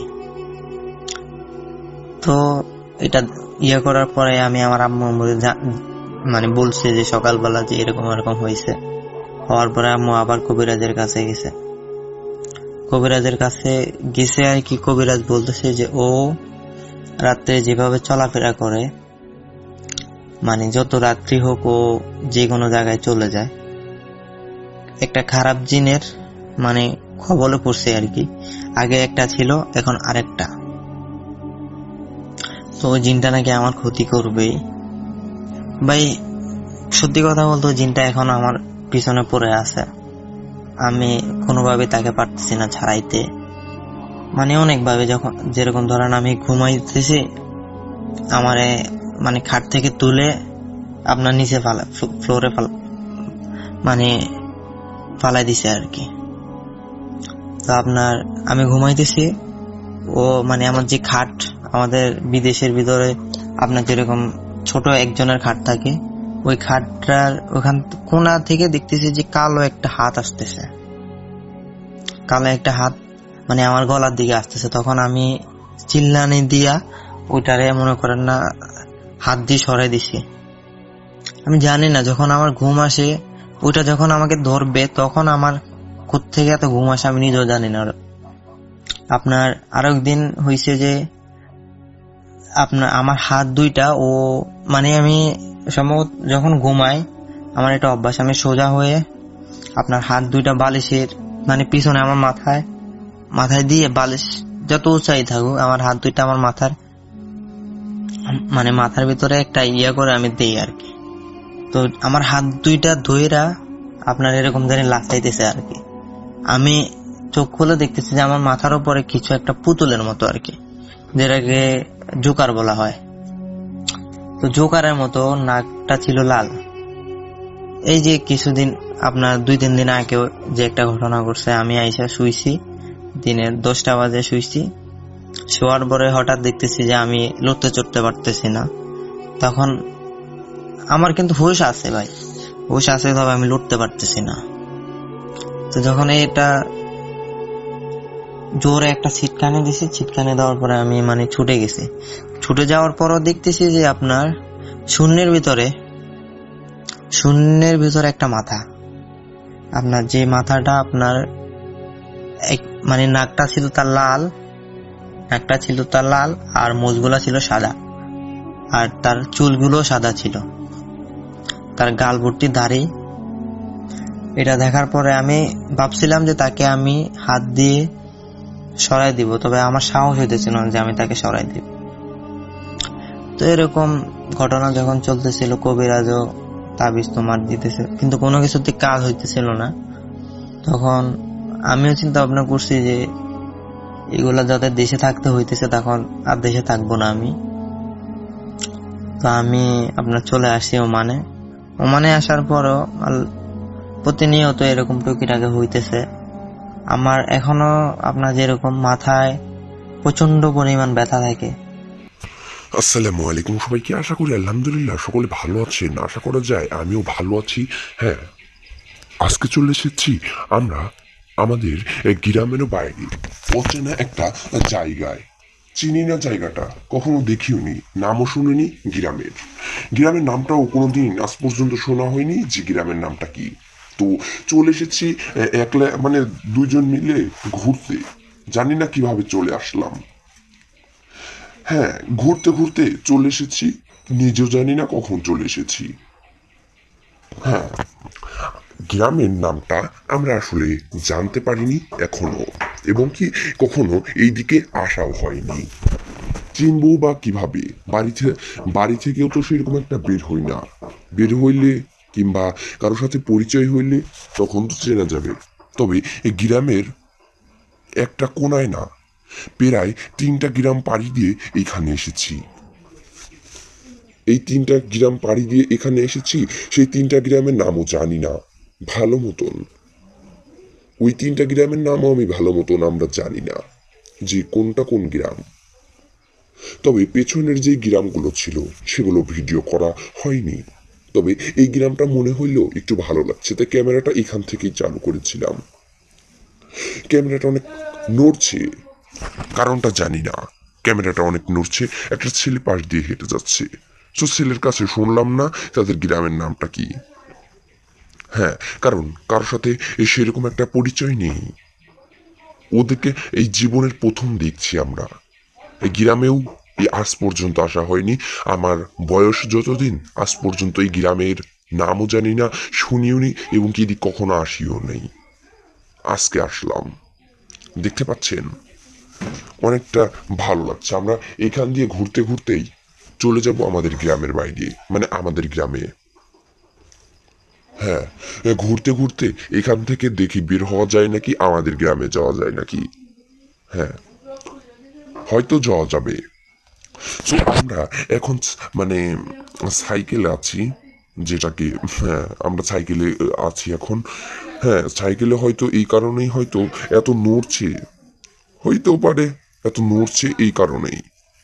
কেননা সাইকেলে ক্যামেরা রাখলে যেরকমটা নড়ে, আমরাই তো পড়ে যাওয়ার সম্ভাবনা। আর মানে ক্যামেরা তো দূরের কথা। হ্যাঁ, কখন না কখন পড়ে যাই, বলা তো যায় না। হ্যাঁ, কখন না কখন পড়ে যাই, সেটা তো আর বলা যায় না। তো সাইকেল দিয়ে আমরা চলছিলাম, বেশ ভালোই লাগছিল সাইকেলের ব্যাপারটা, যে মানে সাইকেলে চলছি, অনেক সুন্দর একটা ব্যাপার লাগছিল আমার কাছে। আপনাদের কাছে কেমনটা লাগছে সেটা বলতে পারবো না। হ্যাঁ, আমরা দুইজন মিলে, হ্যাঁ দুইজনই একসাথেই আছি, দুইজন একসাথে আছি, আমি আর একটা ছেলে। নাম উল্লেখ করতে সে ভয় বলছে আমি নাম দিতে পারবো না। তুমি তোমার মতন ক্যামেরা চালাও তো, আর গল্প করো। হ্যাঁ, সে যদি ইচ্ছুক না থাকে তাহলে আমি কিভাবে দেব। সো আমরা দেখতে দেখতে চলে এসেছি একটা ইটের রাস্তায়। হ্যাঁ, একটা ইটের রাস্তার মধ্যে আমরা এখন ঢুকে পড়েছি। সো চলে যাচ্ছি ইটের রাস্তাতে। ইটের রাস্তা দিয়ে দেখি কোথা দিয়ে বের হওয়া যায়। যদি আমাদের এই এলাকা থেকে আমাদের এলাকায় চলে যাওয়া যায় তাহলে তো আমাদের পক্ষে একটু বেশি ভালো হবে, যে আমাদের এই এলাকাটাও ঘোরা হলো এবং কি আমাদের এলাকায় চলে গেলাম, ভালো লাগবে, তাই না? সো দেখি যাওয়া যায় নাকি। হ্যাঁ, এই গ্রামটা কিন্তু বেশ সুন্দরই লাগছে। তবে গ্রামের প্রত্যেকটা মুহূর্ত আমার হয়ে এসেছে, আমার গায়ের কাটা হয়ে এসেছে এরকম। কেননা গ্রামটা একদম অদ্ভুত একটা গ্রাম। বাড়িঘর সেরকম একটা নেই, বাড়িঘর অনেকটা কম। হ্যাঁ, বাড়িঘর অনেকটা কম, তবে জঙ্গলই বেশি। আমি তো আপনাদের সামনেই তুলে ধরেছি, দেখতেই পাচ্ছেন যে মানে জঙ্গল কতটা। আমি কিন্তু কিচ্ছু বানিয়ে বলছি না, আপনাদের সামনেই আছে। বাড়িঘর সেরকম একটা নেই, তবে জঙ্গলই বেশি। আমরা যে দুইজন একসাথে ঘুরছিলাম তাও ভয়ই লাগছিল। হ্যাঁ, দেখতে পাচ্ছেন মানে জায়গায় জায়গায় দুই চারটা বাড়ি, আবার জায়গায় জায়গায় একেবারে বাড়ি ঘর কিচ্ছু নাই এরকম। বেশ আমার দেখে অনেকটা ভয় লাগছিল, কেননা যে বাড়ি ঘর সেরকম একটা নাই, আবার এরকম কি মানে আবার এই যে এখানে দেখছি কয়েকটা ভাই বেড়াদার, মানে চিনি না, তবে পেস্ট করছি ভাই বেড়াদার বললাম, যাক কয়েকটা ছেলেই বললাম যান, ছেলেগুলো দাঁড়িয়ে আছে। তো আমরা এখন যাচ্ছিলাম এই যে এখান দিয়ে, সাইকেলটাও সেরকম একটা চলতে চাচ্ছে না, বৃষ্টি কেদার দিন, জোরে চালাইলে যদি আবার পড়ে যাই স্লিপ করে খাদের দিকেও মানে পুকুরের দিকেও চলে যাচ্ছে সাইকেলটা, একা একাই মনে হচ্ছে। ভয় লাগছিল সাইকেল চালানোটা, কারণ কখন কি হয়ে যেতে পারে বলা যায় না। আবার এই যে একটা আঙ্কেল ছোট একটা বাচ্চাকে নিয়ে ঘোরাফেরা করছে, বাচ্চাটা গাড়ি চালাচ্ছে, ছোট্ট একটা, তো বাচ্চাটা গাড়ি চালাচ্ছে, ভালোই লাগছে দেখতে যে ছোট্ট একটা বাচ্চা গাড়ি চালাচ্ছে। হ্যাঁ, আপনারাও মানে ছোট্ট বাচ্চা অনেক সুন্দরভাবে গাড়ি চালাচ্ছে, আমারও দেখে ভালো লাগলো। হ্যাঁ, এখন আমরা যাচ্ছি কোথায় সেটা দেখি, কোথায় কোন দিক দিয়ে বের হওয়া যায় আমাদের গ্রামে। আমরা দুইজনের মধ্যে কেউ জানে না যে কোন দিক দিয়ে বের হয়, মানে এই গ্রাম থেকেও আমাদের গ্রামে যাব। সো যদি কখনো জানতে পারি তাহলে চলে যাবো ওই গ্রাম দিয়ে, যদি চিনতে পারি। জানি না কখনো চিনবো নাকি, যাচ্ছি দেখে যাওয়া যায় নাকি। সো এক পর্যায়ে আমরা যাচ্ছিলাম, যাইতে যাইতে বেশ ভালোই লাগছিল। হ্যাঁ হ্যাঁ, আমরা যাচ্ছিলাম, সো এখন দেখা যাচ্ছে যে মানে এক জায়গা থেকে ভালো জায়গায় ভালো একটা রাস্তায় চলে এসেছি। সো পাশ দিয়ে মাঠ বয়ে গেছে, বাম পাশ দিয়ে আর ডান পাশ দিয়ে একটা বাগান। সো বাগানে চুপচাপ মানে আমরা যাচ্ছিলাম। সো দেখতে ভালোই লাগছিল। গ্রামটা অনেক সুন্দরও ছিল, তাই আর কি আপনাদের সামনে মানে আপনাদের সামনে তুলে ধরলাম। মনে করলাম আপনারা একটু অনুভব করেন, দেখেন কতটা ভালো লাগে। সো অন্ধকারের কারণটা হচ্ছে আকাশ ভরা মেঘ, আবার ক্যামেরাটা সেরকম একটা বিলার ধরাতে পারছি না। সাইকেলে তো যে কখনো কোথায় বিলার ধরতে হবে ধরাতে পারছি না এক পর্যায়ে, এটা বললেই চলবে। হ্যাঁ, সাইকেলে বসে তো আর ভিডিও সেরকম একটা করাও যায় না। তাও অনেক কষ্ট করে এটা ধরে করেছি, ক্যামেরাটা ধরাটা অনেক কষ্টই হয়ে গিয়েছিল। এটা অনেকটা বেশি কষ্ট হয়ে গিয়েছিল। হ্যাঁ, হ্যাঁ, বাঁশ ঝাড় বাম পাশ দিয়ে ডান পাশ দিয়ে দুই পাশ দিয়ে বাঁশ ঝাড় দেখতে পাচ্ছেন। কতটা মানে আমরা একটু ভয়ের মধ্যে ছিলাম। ও বলছে যে ভাইয়া এখান দিয়ে যে আসলাম, আমার তো ভয় লাগছে যে কিসের মধ্যে থেকে কোথা দিয়ে আসলাম, যে চারপাশ দিয়ে শুধু বাঁশ ঝাড় আর বাঁশ ঝাড়, কেমন লাগছে দেখতে। তোমার ভয় লাগছে না? আমি বললাম যে ভয় তো লাগছে রে, কি করব, চল দেখতে দেখতে যাই, কি আর করব, চল। ব্যাপারটা তো ভয় লাগছিল, তাও চল দেখি কি করা যায়। হ্যাঁ, এরকম ভাবেই দুইজন মিলে চলে যাচ্ছিলাম, দুই ভাই মিলে। হ্যাঁ, এই যে দেখতে পাচ্ছেন এখান দিয়ে আবার দুই চারটা বাড়িও আছে, দু চারটা বাড়ি সুন্দর দেখতে। হ্যাঁ, দেখতে ভালোই লাগছে বেশ। হ্যাঁ, এই যে সামনে এই দেখতে পাচ্ছেন একটা হাঁস, দুইটা হাঁস দাঁড়িয়ে আছে। হাঁসগুলোর গলা অনেক লম্বা, জানি না কি হাঁস। আর দেখতে এই যে এখানে কয়েকটা মানুষ দাঁড়িয়ে ছিল। হ্যাঁ, কয়েকজন মানুষ দাঁড়িয়ে দাঁড়িয়ে কথা বলছিল, হয়তো হয়তো না, হ্যাঁ তারা কথাই বলছিল। আর বাম পাশে একটা ঈদগাহ, যেখানে মানুষ নামাজ পড়ে, ঈদের নামাজ। ঈদের নামাজ তো আপনারা পড়েন, মুসলিম ধর্মে যারা, তারা তো ঈদের নামাজ পড়েন আর কি। আমি হিন্দুদেরকে অবহেলা করছি না, আসলে আমাদের ধর্মটা হয়তো আলাদা হতে পারে, আমরা মানুষ সবাই একই, আমরা মানুষ রূপে সকলে একই। সো ঈদের নামাজ ইসলাম ধর্ম গ্রহণ যারা তারাই পড়ে, তাছাড়া পড়বে না তো হিন্দুরা তো। হ্যাঁ, সো দেখতে পাচ্ছেন যে এই বাম পাশ দিয়ে আর ডান পাশ দিয়ে দুই পাশ দিয়ে এখন বেড়া দেওয়া। সো আমরা চলে যাচ্ছিলাম আরো সামনের দিকে যাইতে যাইতে কতটা সুন্দর লাগবে আপনারা জানি না আপনাদের কেমনটা লাগছে। এই যে একটা চায়ের দোকান, যেখানে মানুষ বসে বসে চা খায়। আর এই যে একটা আন্টি হেঁটে হেঁটে আসছিল।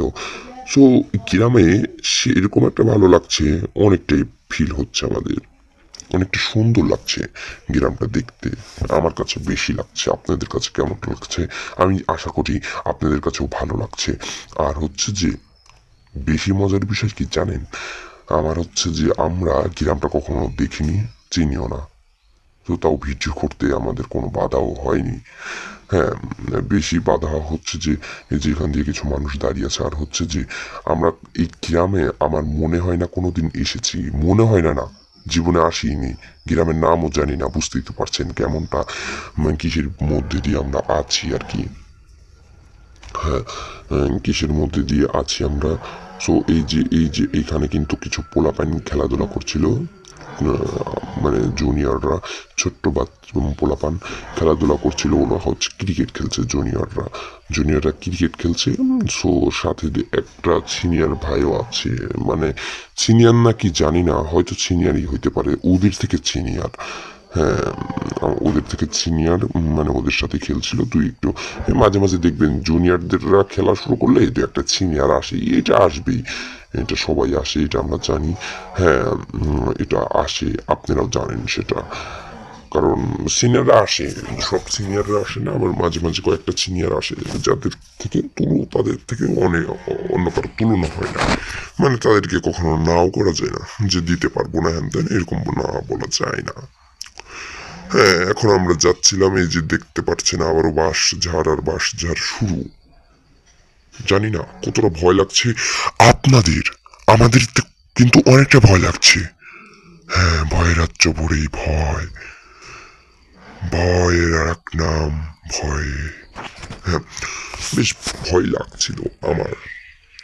হ্যাঁ, আপনার এই যে দুইটা ছোট বাচ্চারা এখান দিয়ে ফাজলামো করতে করতে যাচ্ছিল। একটা বাড়িও আছে পাশে, হ্যাঁ, একটা বাড়িও ছিল পাশে। হ্যাঁ, আমরা কিন্তু আবারও সামনের দিকে এগিয়ে যাচ্ছিলাম। বেশ দেখতে ভালোই লাগছিল। এই যে একটা বাড়ি আছে, এখানে রিক্সা রাখা। হ্যাঁ হ্যাঁ, দেখতে পাচ্ছেন যে আমরা হয়তো মানে কতটা ভয়ের মধ্যে আছি। সব ভালোই লাগছিল। ভয় থেকে এই জয় আর কি, আপনারা জানেন সেটা, আমিও বুঝি, ভালো লাগে আমার। হ্যাঁ, এই দেখেন, এই যে এই জায়গা যদি একটা মানুষ প্রায় মেরে রেখে ফেলে দেয়, বুঝবে নাকি কখনো জানি না কোনোদিন কেউ বুঝবে নাকি। হ্যাঁ হ্যাঁ, একটা মানুষ যদি এখানে রেখেও দেয়, মানে ধরেন মানলো না, একটা বাইরে রেখে দিল শয়তানি ফাজলাম করে যে ওর আর কখনো এখান থেকে নেব না, তাহলেও কিন্তু কেউ বুঝবে না। এবং কি ওর খোঁজ করতে করতে মানে তারাই মারা পড়ে যাবে। যারা খোঁজ করবে তারাই মরে যাবে। খোঁজ করতে করতে বলবো যে কোথায় আর খুঁজবো, কত জায়গায় তো খুঁজলাম, পাইলাম না আর। তো এই যে দেখতে পাচ্ছেন যে আমরা যাচ্ছিলাম এখন রাস্তার পাশ দিয়ে। একটা বট গাছ ছিল ডান পাশে, তবে হ্যাঁ, বাম পাশে একটা গাছ, বড় বড় গাছও আছে গ্রাম দিয়ে। গ্রামে বেশ ভালোই লাগছিল গ্রামটা দেখতে। এই যে রাস্তার পাশ দিয়ে বাড়িঘর, এবং কি রাস্তার পাশ দিয়ে আবার আপনার হচ্ছে কি যেন দোকান। আবার এই যে এখানে 3 রাস্তার মোড় দেখতে পাচ্ছিলেন, 3 রাস্তার মোড়। হ্যাঁ, 3 রাস্তার মোড়টা অনেক বড় একটা মোড়, 3 দিকে গিয়েছে। রোদ উঠে গেল অতি দ্রুত, রোদ উঠে গিয়েছে। সো রোদ উঠছে, মানে ডুবে যাচ্ছে, সূর্য উঠেছে ডুবে যাচ্ছে এরকম। হ্যাঁ, বৃষ্টি নেমেছে তো, মেঘের কারণে হয়তো এরকমটাই হচ্ছে। মেঘ ছাড়া আবার কিসের কারণে এরকমটা হবে? হ্যাঁ, মেঘের কারণেই। সো হ্যাঁ, যাচ্ছিলাম, এই যে পাশ দিয়ে একটা রিক্সা চলে গেল। সো আমরা এখন আরো সামনের দিকে যাচ্ছি। হ্যাঁ হ্যাঁ, এই যে দেখতে পাচ্ছেন এখানে আরো একটা 3 রাস্তার মোড়। শুনেছি 3 রাস্তার মোড় অতটা ভালো না। সো কিছু মানুষ এখানে বসেছিল, আর এখানে আমরা দাঁড়িয়ে পড়লাম, কেননা একটু চারপাশটা ঘুরিয়ে দেখানোর জন্য। এই যে একটা বাঁশ ঝাড় কত বড় দেখতে পাচ্ছেন যে, আর এখানে আমরা পরিবর্তন হইলাম। সো আমরা এখন দেখতে পাচ্ছেন যে এখান থেকে আবারও যাওয়া শুরু করব। সো হ্যাঁ, যাওয়া শুরু করব, এখান থেকে আবার রওনা দেওয়া শুরু করেছি। ওই যে দেখতে পাচ্ছেন যে অন্য একটা গ্রামের মধ্যে ঢুকে যাচ্ছি। হয়তো এই গ্রাম থেকে আমরা হয়তো যাইতে পারবো আমাদের গ্রামে। হ্যাঁ, এখান থেকে আঙ্কেলের কাছ থেকে শুনেছি, বলে যে এইখান দিয়ে ডান পাশ দিয়ে বাম মানে কয়েকটা জায়গা দিয়ে তোমরা বের হয়ে গেলে যাইতে পারবা। ওই ছেলেটা জিজ্ঞেস করেছে, আমার সাথে যে আছে ও জিজ্ঞেস করেছে, বলে যে ভাই আমি শুনেছি সব কিছু, চলেন আপনি, আমি বের করে দিব। আমরা বের হয়ে যেতে পারবো এক পর্যায়ে, একদিক দিয়ে সুন্দরভাবে বের হয়ে যাব। হ্যাঁ, এই কারণে মানে মূলত এই কারণে ওই ছেলেটা তো জানেই। তাহলে আমি মনে করলাম যে তাহলে আমার জানার কোনো প্রয়োজন নাই, ও তো জানেই। তখন আমরা চলে যাচ্ছিলাম আরো সামনের একটা দিক। এক পর্যায়ে দেখি যে কত দূর যাওয়া যায়। গ্রাম দিয়ে বের হবো আমরা, ভালো লাগবে বেশ। হ্যাঁ, ভালো লাগবে। এখন দেখতে পাচ্ছেন যে কতটা সুন্দর, মানে একটা গল্প বলি আজ। কি গল্প বলবো ভাবছি ভূতের একটাই গল্প বলি। আমি শুনলাম আমাদের গ্রামের একটা সিনিয়র ভাইয়ের কাছ থেকে। হ্যাঁ, হয়তো সে বলেছে আমার কাছে যে তোমাকে গল্প একটা বলি, দাঁড়াও তুমি গল্পটা শোনো। আমি বললাম যে আচ্ছা। হ্যাঁ, বললাম যে ভাইয়া গল্পটা কি সত্য? বলে যে মিথ্যা আমি তোমার কাছে বলছি না, যেহেতু তুমি আমার জুনিয়র ভাই। হ্যাঁ, তারা সবসময় আমার ভালোর দিকে চায়, আমার অনেক আদর করে তারা। হ্যাঁ, এখন দেখতে পাচ্ছে। হ্যাঁ, গল্পটা করছি আমি। হ্যাঁ, গল্পটা করি। সো গ্রামের গল্প আর করবো না, আপনার হচ্ছে। হ্যাঁ, গল্পটা হচ্ছে তারই একটা সিনিয়র ভাইয়ের সাথে ঘটেছে। যে আমার কাছে বলেছে তার সিনিয়র ভাইয়ের সাথে ঘটেছে। তারা নাকি একদিন মসজিদে ঘুমাবে রাত্রে, বাসা থেকে সবকিছু নিয়েও এসেছে। মসজিদে এক পর্যায়ে ঢুকেও গিয়েছে। রাত 10টার সময় তারা ইশারের নামাজ কালাম পড়ে বাসা থেকে খেয়ে এসে মসজিদে বিছানা ফেলে ঘুমিয়ে পড়বে বললে চলবে। হ্যাঁ, ঘুমিয়ে পড়বে বললেই চলবে। তারা ঘুমানোর জন্য সবকিছু বিছিয়ে চারপাশটা একদম বন্ধ করে রেখেছে। চারপাশে পুরোটাই বন্ধ, জানালা দরজা সবই বন্ধ। হ্যাঁ, জানালা দরজা সবই বন্ধ। শুনেছি যে মধ্যরাত্রে নাকি জিন ভূত এগুলো আসে। জিন আসে, ভূত বলতে কিছু নাই শুনেছি, জিন আসে। জিন নাকি আসে মসজিদের মধ্যে, অর্থাৎ নামাজি পড়তে শুনেছি। আমি বড় ভাইকে বললাম, ভাইয়া গল্পটা তো বললে ভালো লাগছে, তবে এই জিন কি নামাজ পড়ে? বলে যে হ্যাঁ, তুই বিশ্বাস না করলে, আমার কথা বিশ্বাস না করলে অন্য কারো কাছ থেকে শুনতে পারিস। আমি বললাম যে আচ্ছা, আপনার কথাই বিশ্বাস করছি। বুঝলাম।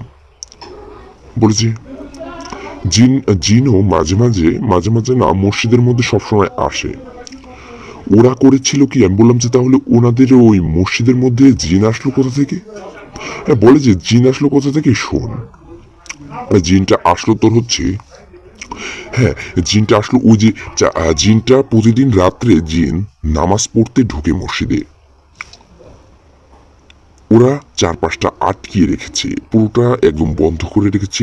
এই কারণে জিনটা হচ্ছে জিনগুলো ভিতরে ঢুকতে পারেনি। এই কারণে মানে কিসের জন্য তারা অতটা ভয় পেয়েছিল সেটা আগে বলে নেই।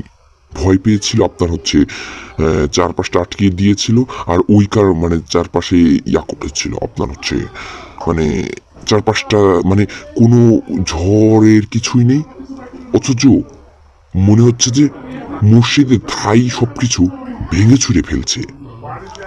মানে একদম পুরোটা ভেঙে চুরে ফেলছে, এতটা শব্দ হচ্ছে, তবে ভাঙছে না কিন্তু। হ্যাঁ, একটা কোনাও জায়গা রাখেনি তারা, ফাঁকা রাখেনি। হ্যাঁ, একটা জায়গাও ফাঁকা রাখেনি তারা যে কোনো এক পর্যায়ে আসবে। প্রতিদিন মসজিদের কোনো না কোনো জায়গাটা ফাঁকা রাখায়, মানে ইয়াটা রাখে, মানে দেখার জিন ভূত আসার জন্য, মানে একটু একটু ফাঁকা থাকে। তো তারা ওই দিন ওইখানে থাকবে দেখে তারা কোথাও ফাঁকা রাখেনি, তারা এক জায়গাও ফাঁকা রাখেনি। কারণ কি জানেন, তারা হচ্ছে মানে থাকবে যদি কখনো কিছু হয়ে যায়, এই কারণে আর কি তারা ফাঁকা রাখেনি, তারা পুরোটাই আটকিয়ে দিয়েছে। আর মুয়াজ্জেম যে আজান দেয় মসজিদে, সে প্রতিদিন একটু করে না, মানে মসজিদে কে আসবে না আসবে সে দরজা জানলা খুলেই রেখে যেত। ভয় নেই, ভয় নেই তার, যে খোলা রাখলে সমস্যা কি? খোলা রাখলে তো সমস্যা নেই। সো ওই পোলাপান মানে ওই সিনিয়র বড় ভাইরা নামাজ পড়বে দেখে তারা আর কি নামাজ পড়বে বলতে মানে ঘুমাবে বলে তারা ভয়ে ওই সব কিছু আটকিয়ে রেখেছে। হ্যাঁ, আটকিয়ে রেখেছে। সো তারা যখন দেখতে পাই যে চারপাশটা বাতাস ঝড়ে পরিণত হয়ে গেছে, ঝড়ে পরিণত হয়ে যাওয়ার কারণে তারা ভয়তে সবাই সবার বাড়িতে দৌড় সবকিছু নিয়ে, আর ওইগুলো খোলেও নি। চারপাশ মানে দরজা, মসজিদের যেই মেন গেটটা স্টিল দিয়ে বানানো, সেটা মানে ভারী খাচ্ছে অনেক, তালা মারা সত্ত্বেও মানে অনেকটা শব্দ হচ্ছে সেটা থেকে, অনেক বাড়ি খাচ্ছে। হ্যাঁ, জানি না বড় ভাইগুলো অনেকটা ভয়ে ছিল যে এগুলো কি হলো হঠাৎ করে। তারা পুরোটা বাড়িতে তারা দৌড়ে এক পর্যায়ে বাড়িতে চলে আসলো। হ্যাঁ, বাড়িতে চলে আসলো কেন? কারণ জানেন, তারা ওই যে ভয় পেয়েছে, তাদের জামা কাপড় সব বালিশ কেথা নিয়ে চলে এসেছে বাড়িতে। হ্যাঁ, বাড়িতে চলে যাওয়ার পরে তারা বাড়িতে নিশ্চিন্তে ঘুমিয়েছে। আর মসজিদের দরজা মেন গেটটা আটকিয়ে দিয়ে তারা এক পর্যায়ে মানে তাদের কাছে তালার চাবিটা ছিল, তালা মেরে চলে এসেছে। হ্যাঁ, আর বাইরে যখন তারা আসে, তারা মসজিদের থেকে একটু বের হওয়ার পরেই, মসজিদের স্থানটা ত্যাগ করার পরেই কোনো বাতাস নেই, আর বাইরে অতটা বাতাস ছিল না।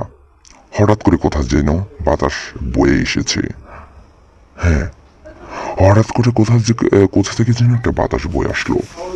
হ্যাঁ, এতটা বাতাস যা বলে বোঝানো যাবে না।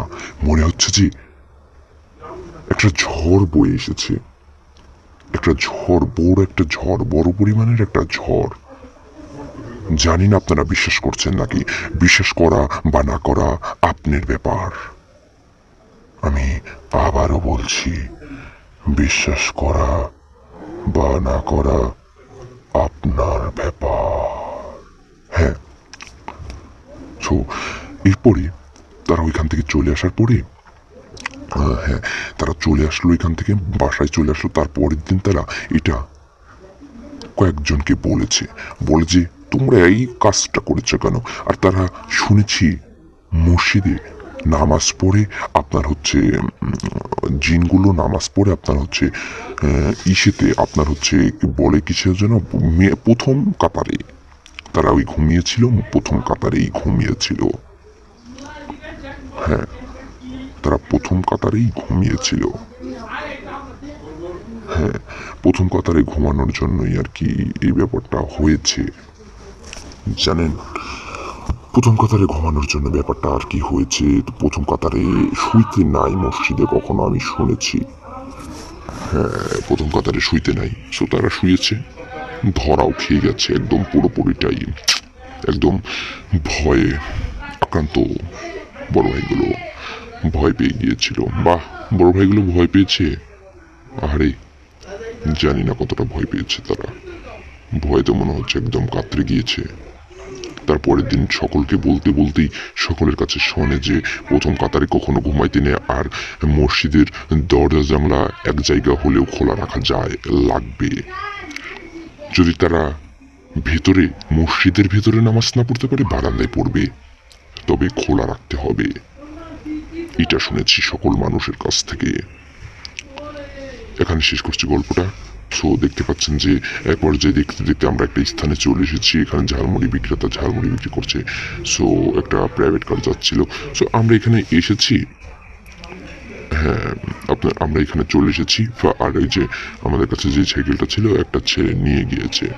হ্যাঁ, এই যে আপনার হচ্ছে এই যে একটা ছেলে জুনিয়র ভাই ঝালমুড়ি বিক্রি করছে। দেখতে বেশ মানে আমাদের এলাকার পাশে। হ্যাঁ, এই যে একটা ঈদগাহ, এখানে হচ্ছে ঈদগায় নামাজ পড়ে সব মানুষ। আর একটা ছেলে এসে বলছে ঝালমুড়ি নিব, ঝালমুড়ি নেওয়ার জন্য দাঁড়িয়ে আছে। হ্যাঁ, ওর মানে একটা কিছু হয়, বুঝছেন, হচ্ছে রিলেশনশিপে আছে।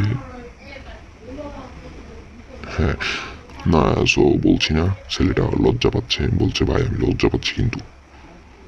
আর এই যে পাশে একটা কাস্টমার বসে বসে খাচ্ছে, পাগলা বাটি ধরে কি খাচ্ছে ও নিজে জানে, আমরা বলবো কিভাবে। হ্যাঁ, আর হচ্ছে এই যে ঈদগাটা, এখানে অনেক বালু এনে রেখেছে, যে পাশে একটা কাজ ধরেছে। হ্যাঁ, আমারও দেখতে বেশ ভালোই লাগছিল। হ্যাঁ, তো দেখতে পাচ্ছেন এই যে এখান দিয়ে একটা রাস্তা, এটা হচ্ছে মেন রাস্তা, এখান দিয়ে মানুষ চলাফেরা করে বেশি। মেন রাস্তা এটা হচ্ছে, এখান দিয়ে যাওয়া আসা করে মানুষ। মেন রাস্তা তো আপনারা চিনেনি, আর বলার কি লাগবে।